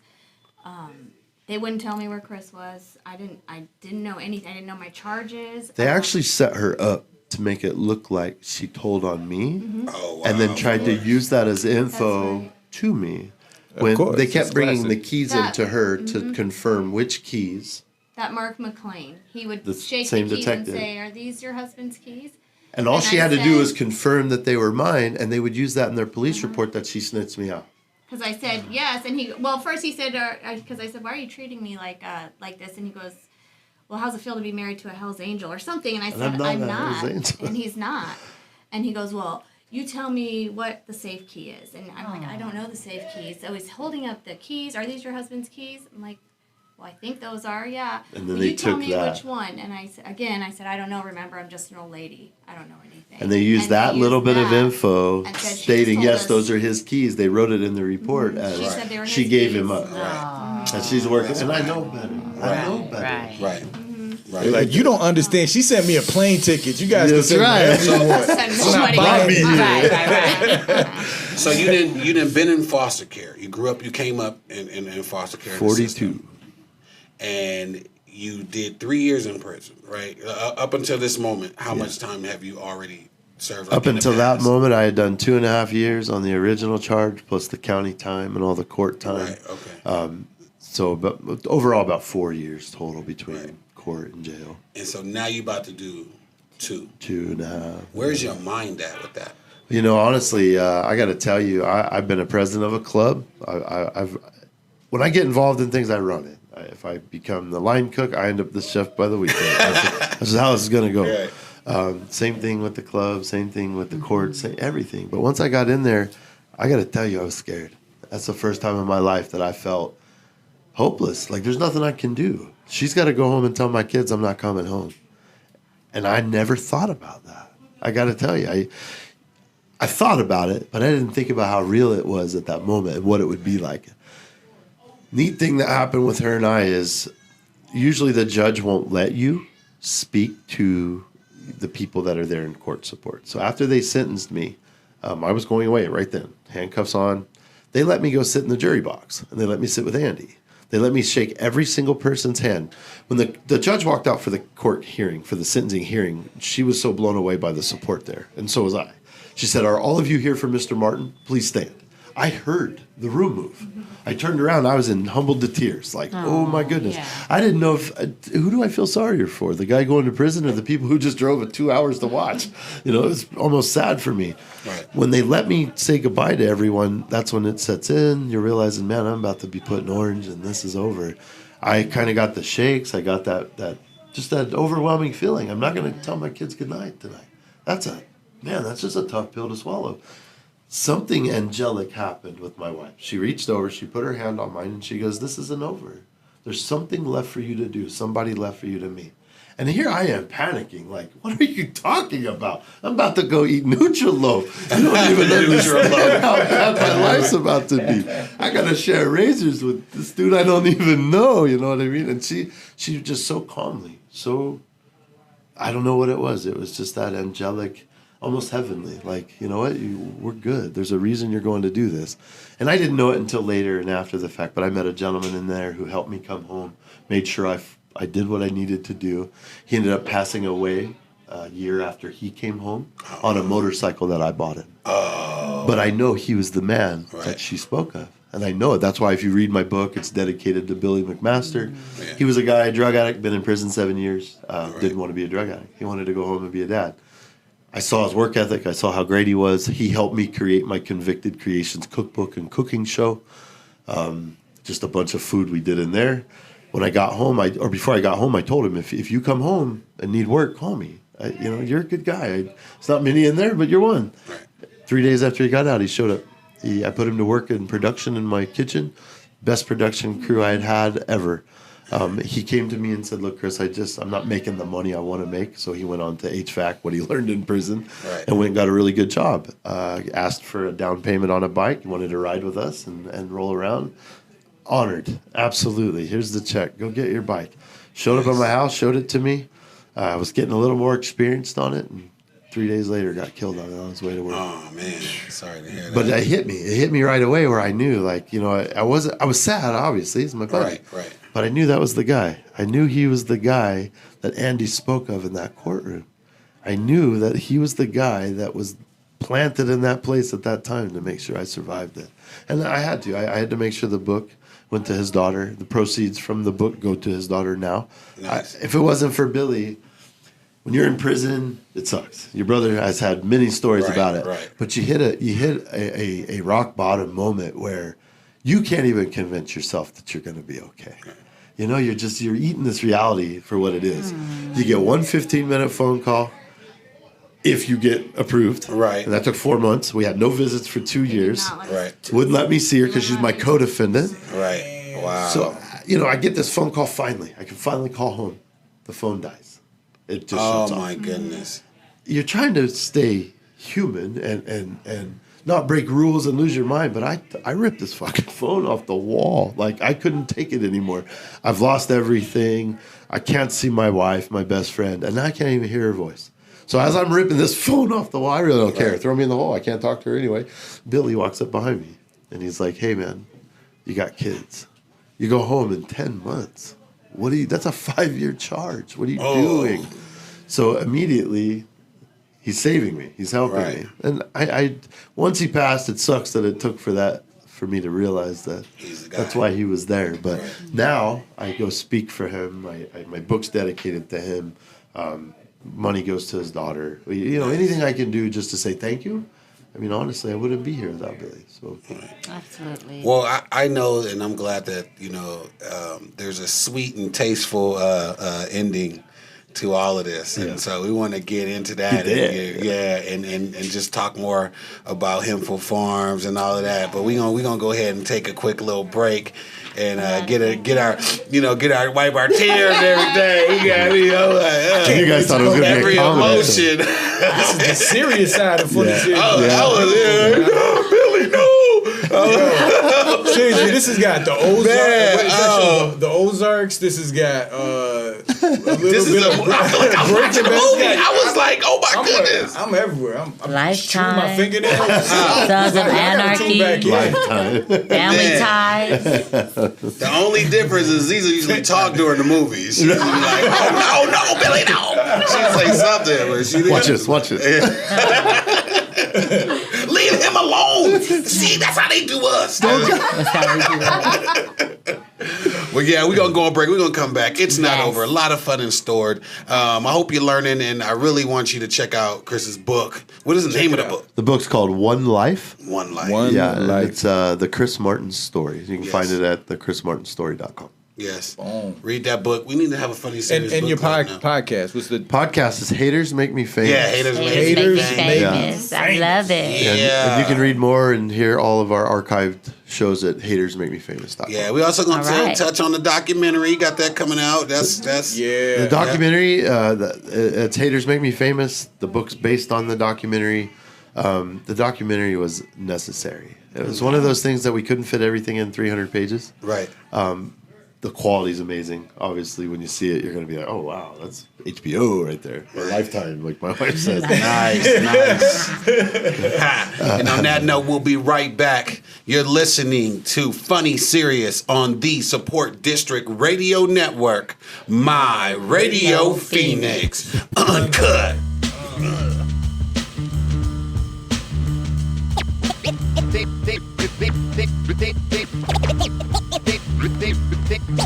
Big fight, I panicked. You don't let this get out, but I found out that I'm prejudiced. I like it, too. It's fun. Everybody needs a little recreation. Everybody dislikes something or somebody. I don't like midgets. I'm prejudiced against midgets. I don't care what nationality they are, I don't like them. If I see a midget, I'm gonna smack him right in the mouth. Pow! I've always wanted to fight a midget. You gotta know how to fight a midget. That's not as easy as it sounds. A buddy of mine had a fight with a midget and he lost. Damn midget bit him.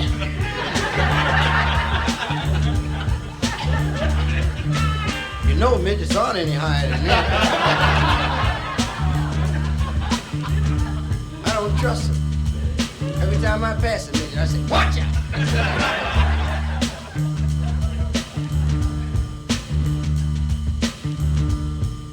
But you gotta be nice now, you know, people are starting to care. It's like the big thing now is celebrities showing up at disaster sites. You know, because me, if I donate to a charity, I don't like on TV or in the newspaper. I do it. I got the bread here. Go cure your ass,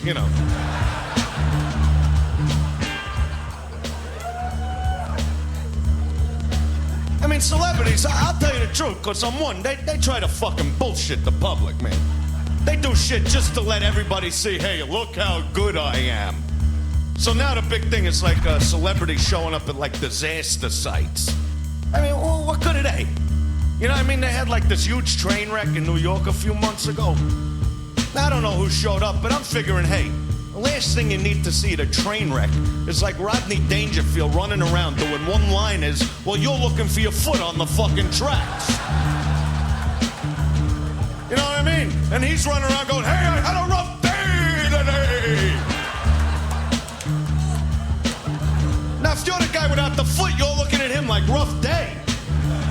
Cocksucker, I gotta walk on my hands to take a piss for the rest of my life. You had a rough day, I had a rough day, motherfucker!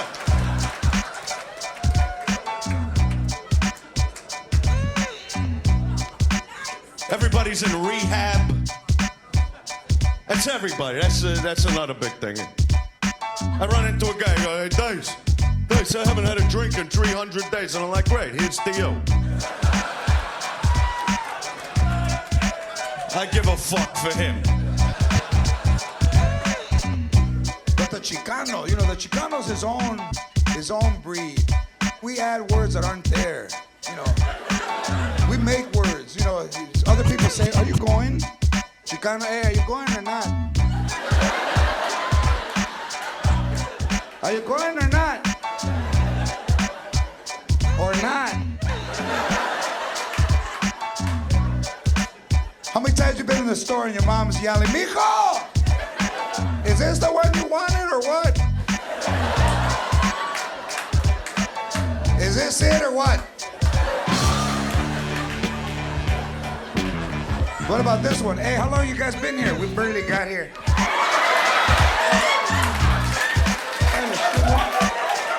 Look at her. That's a word going on barely. When you barely got here, mira. I just arrived, eh? I'm barely here 10 minutes. You already know. She got the humble face, but her pride, it'd be like, you know what's going on. When it's Baby, bring us in. Yes, we are back. Funny simple. Funny simple. Funny simple. I don't know what I was going to. I think I meant funny hempful. But then I don't know. Hey, what was in these? What was in these? Teddy sound like he can't We do the back. tennis. Funny He's serious. heavily medicated. Chris and Andy Martin, the crew. Yes, the crew. We're having a great time. Our bellies is full of goodies. Right. My woman is glowing because Yes. she got a segment coming up. This dude right What are here. we doing, baby? Bring it back in. You didn't know him was an Put it in. I know, right? I had no idea. I guess along with shrimp, what else is it? Oysters. Yeah. Daytime, nighttime. Your freckles is an aphrodisiac to me. Her Right. freckles is an aphrodisiac. There you I'm telling you, she's so cute. There he go.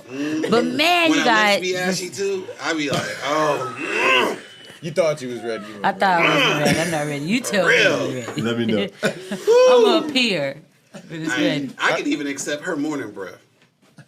I'm lying, but I'm lying. she can't accept mine either. No. She be trying to you know All right, when they it's 3 don't when o'clock in they the nice. afternoon. This ain't morning breath. He got all day morning breath. Evening breath. Damn The hell? They be trying to kiss like this. They be trying to kiss like this. But I still love you, baby. Okay. But she didn't even do it. You see how she did it? She was like, no. I'd be like, we ain't in France. You better give me some of the luscious while you play. Man, You know this I is love so the much luscious. fun. We've had so much fun. And thank you guys. I'm so happy you guys came. You guys are hilarious. Great story. And we got to know about you. But now I'm going to bring some things in that's been happening in the news. And I love Teddy Bear. And so this is something cool and kind of going along the theme that we've been talking about in regards to being behind bars. But I thought it was pretty interesting. A 93-year-old woman decided, she wanted to be arrested as a part of her Before I Die thing, And she lived a good life. She lived that life, never got in trouble. She was a mother, She raised her children, raised her grandchildren, and got 93 years old and was like, before I die, I just want to get arrested. I want the police to come arrest me, and I want to go to jail just for the thrill. And they met her desire, and she actually laughed the entire time. I'm pretty sure she had something to laugh because she knew she was going home. Yeah. Wait, what crime she committed though? Nothing. She just wanted to be arrested. Okay, I got to come right First in. of all, what's the she was not nationality? black. This was not a black woman. What's the nationality? You see that? What's the person first? She's What trying color to is she? She's trying to guest star on the Orange is the New Black. She on the next episode of Orange is the New Black. Are you sure though? Old is the new stupid. I don't know. Old is the new stupid. I'm sorry, I didn't really mean that, but I meant that. Like what? Are you sure she just didn't want to be handcuffed? Because She just didn't want to be sometimes handcuffed. that I could see that makes more sense. She wanted to be arrested. She wanted to be arrested. She wanted every How old was good she girl again? wants to be a bad girl 93. sometimes. She was 93. Yes, I why could think not? of so many better firsts. Yeah, I could too. But Before think you about die. it. What if this was some old sexual desire of being handcuffed? What It's if just she like, was man, I'm a bossy? good one. I'm 93. 93? Yeah. I'll handcuff you at 93, girl. I feel like Teddy will still be a pervert at 93. Like, he'll be that old, like... It's like he just forgets there's people in the room, right? We're still Do you in think the room. she narrated? She was like, I'm old, I ain't dead. Push me against that wall. Slam me, God damn it. Heck no. What do I need to do? Talk about your mama? I'm trying to get felt up here. I'm telling you, I got something in them cavities. You're not looking right. She went the whole thing. Look again. She got a tattoo. Yeah, look again. She got a tattoo. Cavity You're surgery. not done. Cavity search. Oh man, she tried to get one of Chris's coloring books. She had the magnifying glass on there, like a blue dog. I ain't never seen that. Paint by number. Calling her 2s, 4s, 2s and 7s. 2s and 7s. 2s and 7s. My sister. I love Long him. after. He's so serious. Long after. My parents didn't. You know, I'm not hiding nothing anymore. Like I smoke weed. You know. You know what I mean? Why'd you whisper? But right.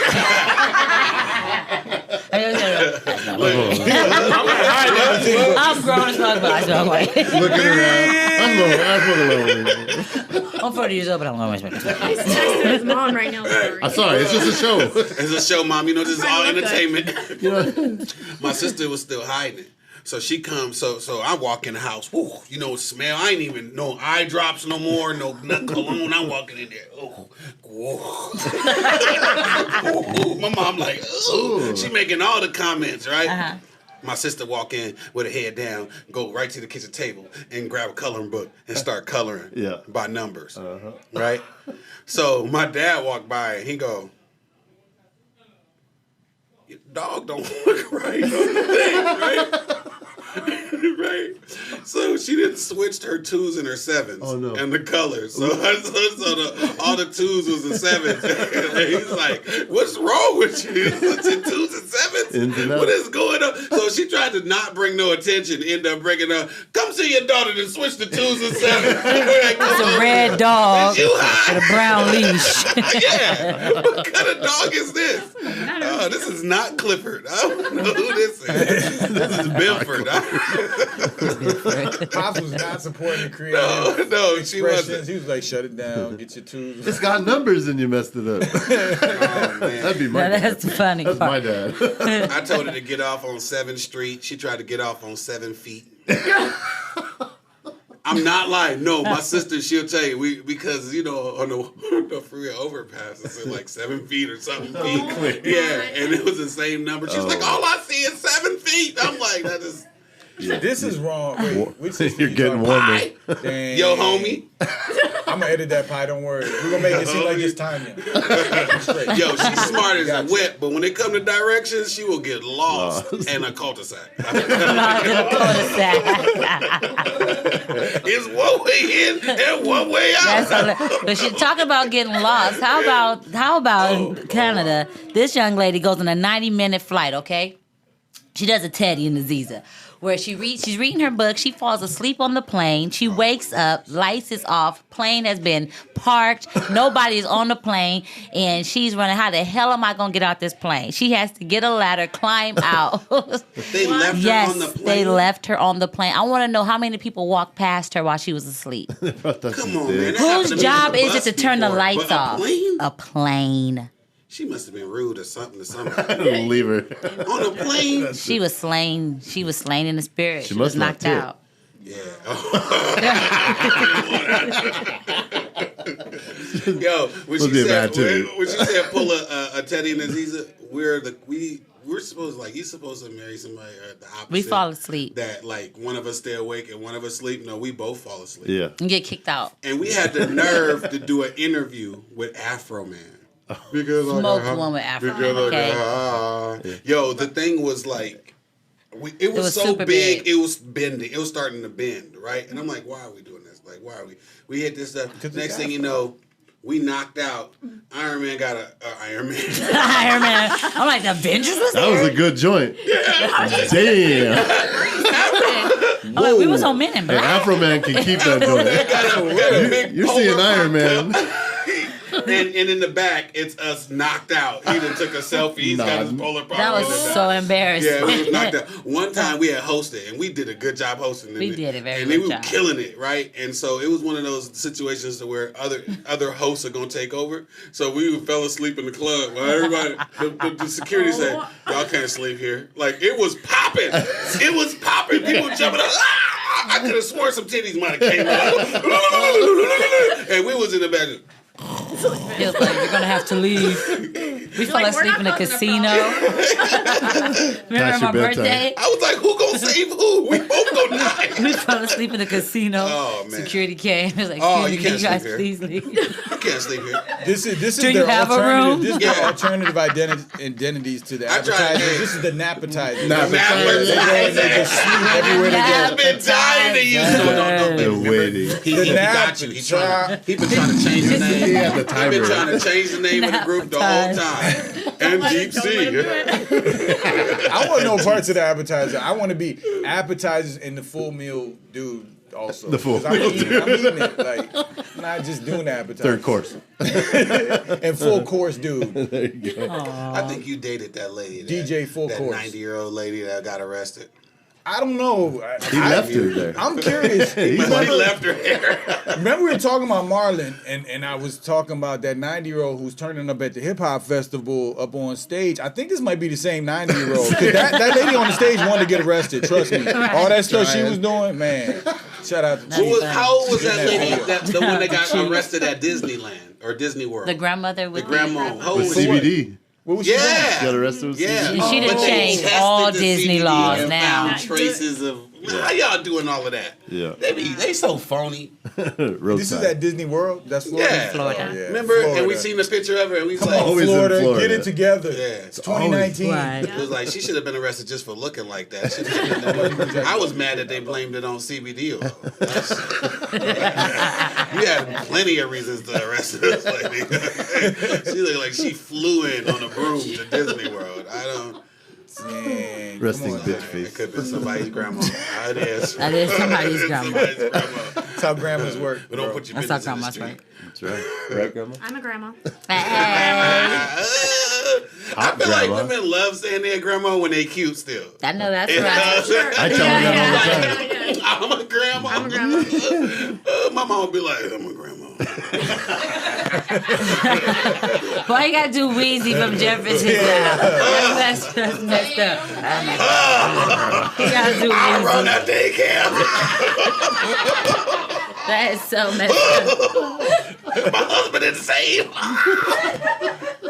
Y'all don't laugh at that shit. I gotta raise other people. Teddy laughing now. I know, Mama. I'm sorry. I'm just Man, playing. she She gonna see beautiful. this. She beautiful. She She just gonna came cut back from Jamaica. She gonna Stella cut got off her the groove back. Stella got it. Get a groove back, baby. Oh. Don't do this, because if she stops starring in these intros and stuff, we trading you off to somebody else. Oh my Man, that was super fun though. You got another one? No, we I need think another I one. don't think we need another. Right, I think only we got won hot minute. Okay. One hot minute, All right. and we're on. Yes. So I know you cook it up in the kitchen. Whoa! Dang, Go ahead, man. I'm sorry. Are you ready to step? Right? Are you ready to step on our stage now and tell jokes? Ooh, I'll do what I can. Yeah. Let's try it. Have you ever had a situation where you thought you were funny and did a set or told some jokes or anything? Not at Okay. all. I never think I'm Yeah. funny. You know, when I started out doing comedy, I wasn't really doing comedy. I don't mean like on stage. I mean at the house. People was laughing at me, but I was serious. Like I wasn't trying to be funny. Yeah. I was just telling a story. Yeah, I was telling them like, go clean up your room. I've been infatuated with comedy. Yeah. Like I absolutely adore comedy. I know Growing you up sat in with the front. Eddie You sat in the Murphy. front row. I had to give you some dap. I was like, "What up, man? It was good." That's what we do for fun. I love going Nice. to comedy shows, and I never thought of being a comic, but I love being involved. I love being at the shows. And Alrighty. I watch comedy over drama or anytime. If it's funny, turn it on. Yeah. You get through a lot of stuff with comedy. Man, I tell you what. It's hard to be in a bad mood and listen to a good stand-up That's set. right. And I got through some things. All right, let's see. What's our Boy, what you word? got for us? Oh, man. Soldier Boy. I don't know what happened, but the juices, Superman. I'm glad you caught it. I caught it, baby. I would have been on you. Got you. I think he got me. I think he got me. Here's the shoulder again. I gotta scoot over. Right. It's getting warm over there. No, she about to get tackled. We're gonna be in them boxes over there on the room. Them boxes. She ain't gonna be able to scream too. I'm gonna shove this muffin in her mouth. Make sure A she whole gets the one she muffin likes. top. Give me some muffin top. Eat this muffin top and be quiet. One hot minute. We gonna see what words you can put in it. We're gonna get Deep C's gonna give us a word. You have 60 seconds to make that word funny. There's no wrong answers and no right answers, just funny answers. And don't be shy. Give it what you got. And who's gonna start us off? I'll go first. All right, Teddy Beard. All right, Teddy Beard, your word is bike club. I used to want to be in the bike club. You know what I'm saying? Like Sons of Anarchy was my favorite show till I found out they didn't let brothers in there, and then I was real mad. So I tried to start my own bike club, but the only thing is I couldn't afford a motorcycle, so I tried to use a 10-speed with a can, but it just didn't work out. But the police didn't care. They still try to come after me. They didn't care. They act like I was in a bike gang. I ain't never was in no gang, ever. Maybe once or twice when I was little. But the gang was my family. I know it's whack, man, but I ain't know nothing about no bike gang. I'm scared. I ain't trying to get killed. Like, I don't know. What am I supposed to say? Like, I don't want to say something where people gonna come after me. You know what I'm saying? My favorite movie was Biker Boys, and that movie was whack. You know what I'm saying? I watched it over and over. Lawrence Fishburne was in there trying to act like he was tough, and I didn't know what to do with it. So it was only thing I ever had was a moped that could go left. I realized the first crime I ever committed, I stole a moped and it was locked, so I could only make left turns. So I had to date the same girl for a long time because of that. I'm just give that to you. I didn't even time that. That was about a minute. Good job. All right. We're going to get Rain on the timing again. Rain, give us a minute. Don't leave it up to DC. I didn't think it was my job. I thought I was good. I did like, all I do is give the word. Yeah. So you want me to do everything, Teddy? You want me to tell your jokes? Please. On that one you could have. You could have gave me a couple on bike game. All right. Who's going next? Who's our next volunteer? Yana. Andy's going next. Oh! She's like, I didn't know I was doing it. Andy's gonna do the word pineapples. Pineapples.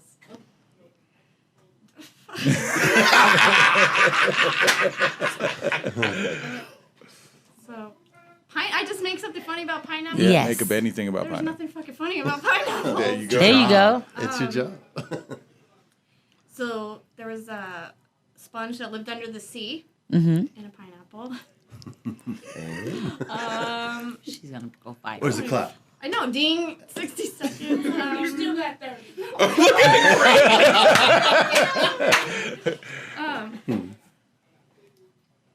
You guys, this sucks. This is a sucky game. She's more of a counter puncher. Yeah, That's all right. ding. We love Thank it. you. Good job. Hey, look, you did Sucky you game did for me. It's you good did for better you. than me. Yeah. You did better. You Yeah. just see how bad I don't think like I have to do another minute. Yeah, no, Teddy. I don't want a minute. I don't want That 10 was seconds. man. Teddy bailed on this.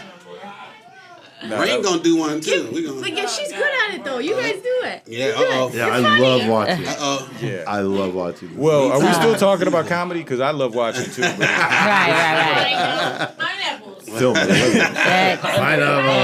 pineapple. So who's next? All right. I think we'll have Chris go ahead and do the word jean shorts. Oh. Jean shorts. Oof. Last time I seen jean shorts was on you yesterday, and they were short, very short. Oh wait, that's you. You were very short, right? My dad used to wear jean shorts when he was little, though. Pretty shitty of him to do that to us as kids. I've never seen legs that white in my life. Jean shorts. I should wear jean shorts tomorrow. Want some jean shorts? We're gonna wear jean shorts.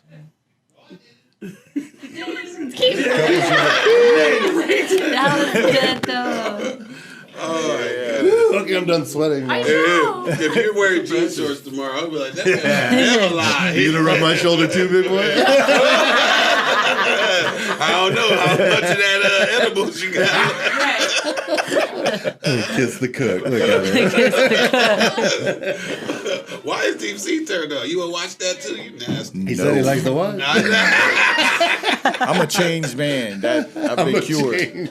I'm gonna find a new hobby today. Oh yeah, I heard them surgeries were cheap. You guys are hilarious. All right, Aziza Joe. Right.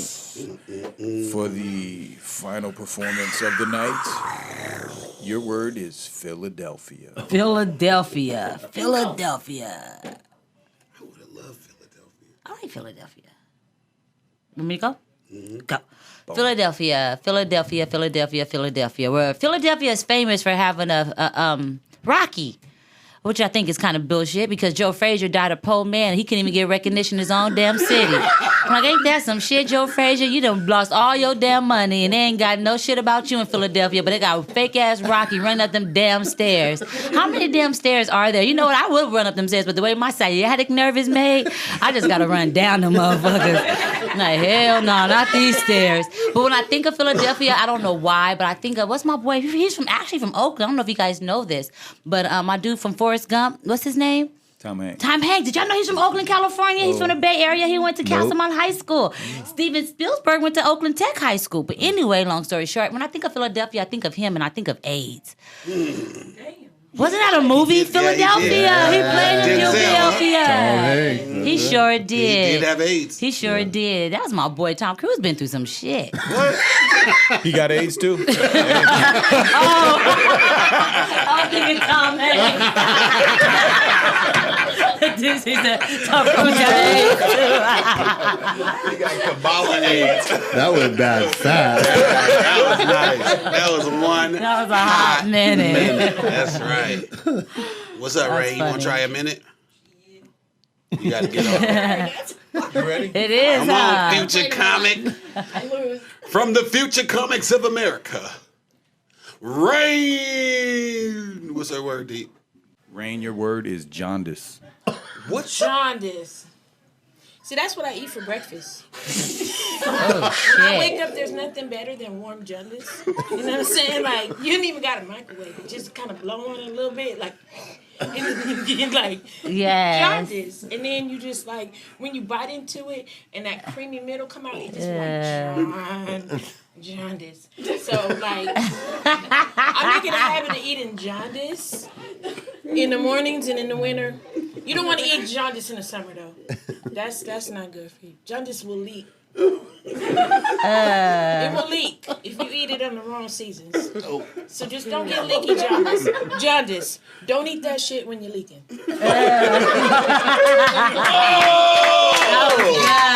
Oh, man. Man, Teddy had the weakest minute. I'm gonna have to. We're gonna have to do whoever got the weakest minute. Got to do a dare or something. Ladies first. We got to do a dare. Yo, that's what's up. Gotta do a dare. I was so confused and amused all the same. I wasn't sure what was going on. Okay, But Deep, you want to tell everybody what jaundice is? I didn't know what the definition of jaundice was, but y'all don't want us to use. So I didn't want to be like, see, jaundice is when you're a little peaked and yellow, you know, because you're sick. I tried to. No, you ate it, not like that. Ate that shit. I don't think we're gonna play high-low at home anymore now. I think we have a new game. We have a new game now. No more high-low. One hot minute. Grades. We're gonna video that. I don't know if I want my 13-year-old involved in that. That vanilla jaundice. Oh no! And then when people started leaking, I was like, okay, Oh my goodness. Oh my goodness. Yo. I need pump. We've had a great show, man. We gotta get out of here so we can eat the rest of these snacks. 'Cause I'm ready. Yeah. I'm ready. I be talking a good game, but I'm gonna be asleep. I be like, girl, you about to. She like, yeah, I know. Daddy, yes, it's great. And now Chris came in and set the bar all high. He talking about I could be asleep and still do work. I don't know. I think if I was to put in work while I was asleep, my girl would knock me out every night because I'm more pleasant. She'd be like, time for your sleeping pill, baby. About to get it. Why is she kicking me right now? He's telling on me. That's why we're still together. Chris, tell us when the documentary is coming out. When, give us some dates and times.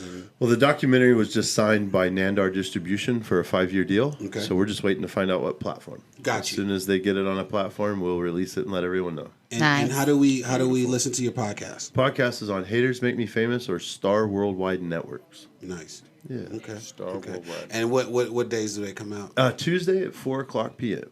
We do one every Tuesday. What? Yeah. We got to do something to where we have to cross promote. Yeah, that's I was gonna say right. where no we do problem. like back in the day when TV was radio. We go tune in to Funny Serious to find out what happens next. Yeah. We'll do that to y'all. Tune in. Absolutely. Haters Make Me Famous. We'll explain the rest of this. They'll be like, oh man, more to come. Now we got to switch to another show. Y'all can't just tell us this. The exciting part for us is the nonprofit too. I think that's one thing I want to put out there. ZonkaMiles.org is a nonprofit. ZonkaMiles.org. Yeah, it's a nonprofit that helps inmates that are drug offenders that come home with that stipulation. When you're a drug offender, you have to go to counseling and all the halfway houses and stuff like that. Right. It's expensive. If you can't afford that, you end up violating and going back. Right. So the nonprofit helps the inmate with everything from learning how to write a check to hopefully housing at one point. Right. And then it also helps children. So kids that turn 18 in the system, they're usually cut off. You know what? Hey, welcome to the street. So that's what Zonka Miles helps too. Zonka Miles. Nice. Yeah. Nice. And before we get out of here, because our intern, we had her do some homework on you, man. Look everything up, and we was and she was on her A game. So I just wanted to see if she has any questions based off of some of the stuff she know that she might have wanted to ask. Absolutely. And go ahead, come up here. Get nah. I'm trying. Voice behind the camera. Get up here. There you go. Step to the mic. What you got? Rain, everybody. She'll rain on your parade. I would like to say thank you. I'm just an intern, but you know what? After we covered a lot of what you already said that I researched, I would like to take the moment to tell you thank you. Remember we talked about grabbing the moment when the moment is yours? I grew up a foster kid. Oh, wow. So your story is my story. Yes, ma'am. 7 different homes, never adopted, grew up in the streets. I'm here today as an intern to work my way to what you did. Oh. So I could go back and help other kids. When you're 18, you're out, they don't care. I had to run away when I was 17. And the streets don't like nobody if you're not prepared. So I just want to say, it doesn't discriminate. You two are inspirations to those of us who have a rough start as well. Oh, thank you. My mom was in and out of prison. So to see somebody who came from where I came from that I can relate to, and the reason why I'm doing it, and people are like, you're old, I'll be 45 next month. Why are you just starting out and blah, blah, blah? Because somewhere else, somebody is just beginning their horrible journey. That's right. And it don't matter how long it takes me to get into mine. If I could reach one person like you guys reached me, that's why I'm in it. Oh. So I just wanted to say Thank you. Thank you, and Means a thank lot y'all to me. for giving me that. Definitely. Thank you. Rain, everybody. Thank you. Yo, stay tuning in with us. We're every Tuesday. Every Tuesday. Yep, 8 to 10. That's it. We rocking. We do it all the time. We have Deep Sea up in the building. We do it for free. We do it for fun. Don't We have play. Aziza in the building. I don't know what to call it. Drumable jokes. What is it? Wait. Yeah, She be it's switching it. Aziza. That's It right, ain't baby. Say it switch loud. nothing. It's just Say it loud. I just wanted to see. You didn't notice. You didn't hear the story where he messed up her name in their first podcast. So, and they turned out great. So I figured I had to. Let me go ahead and Aziza, everybody. mispronounce my last name. There you go. Yeah, no, What? he called you like jungle jokes or something There you like go, that. That jungle wasn't jokes. fly. What's wrong with you? I like jungle jokes. I like watch out for that tree,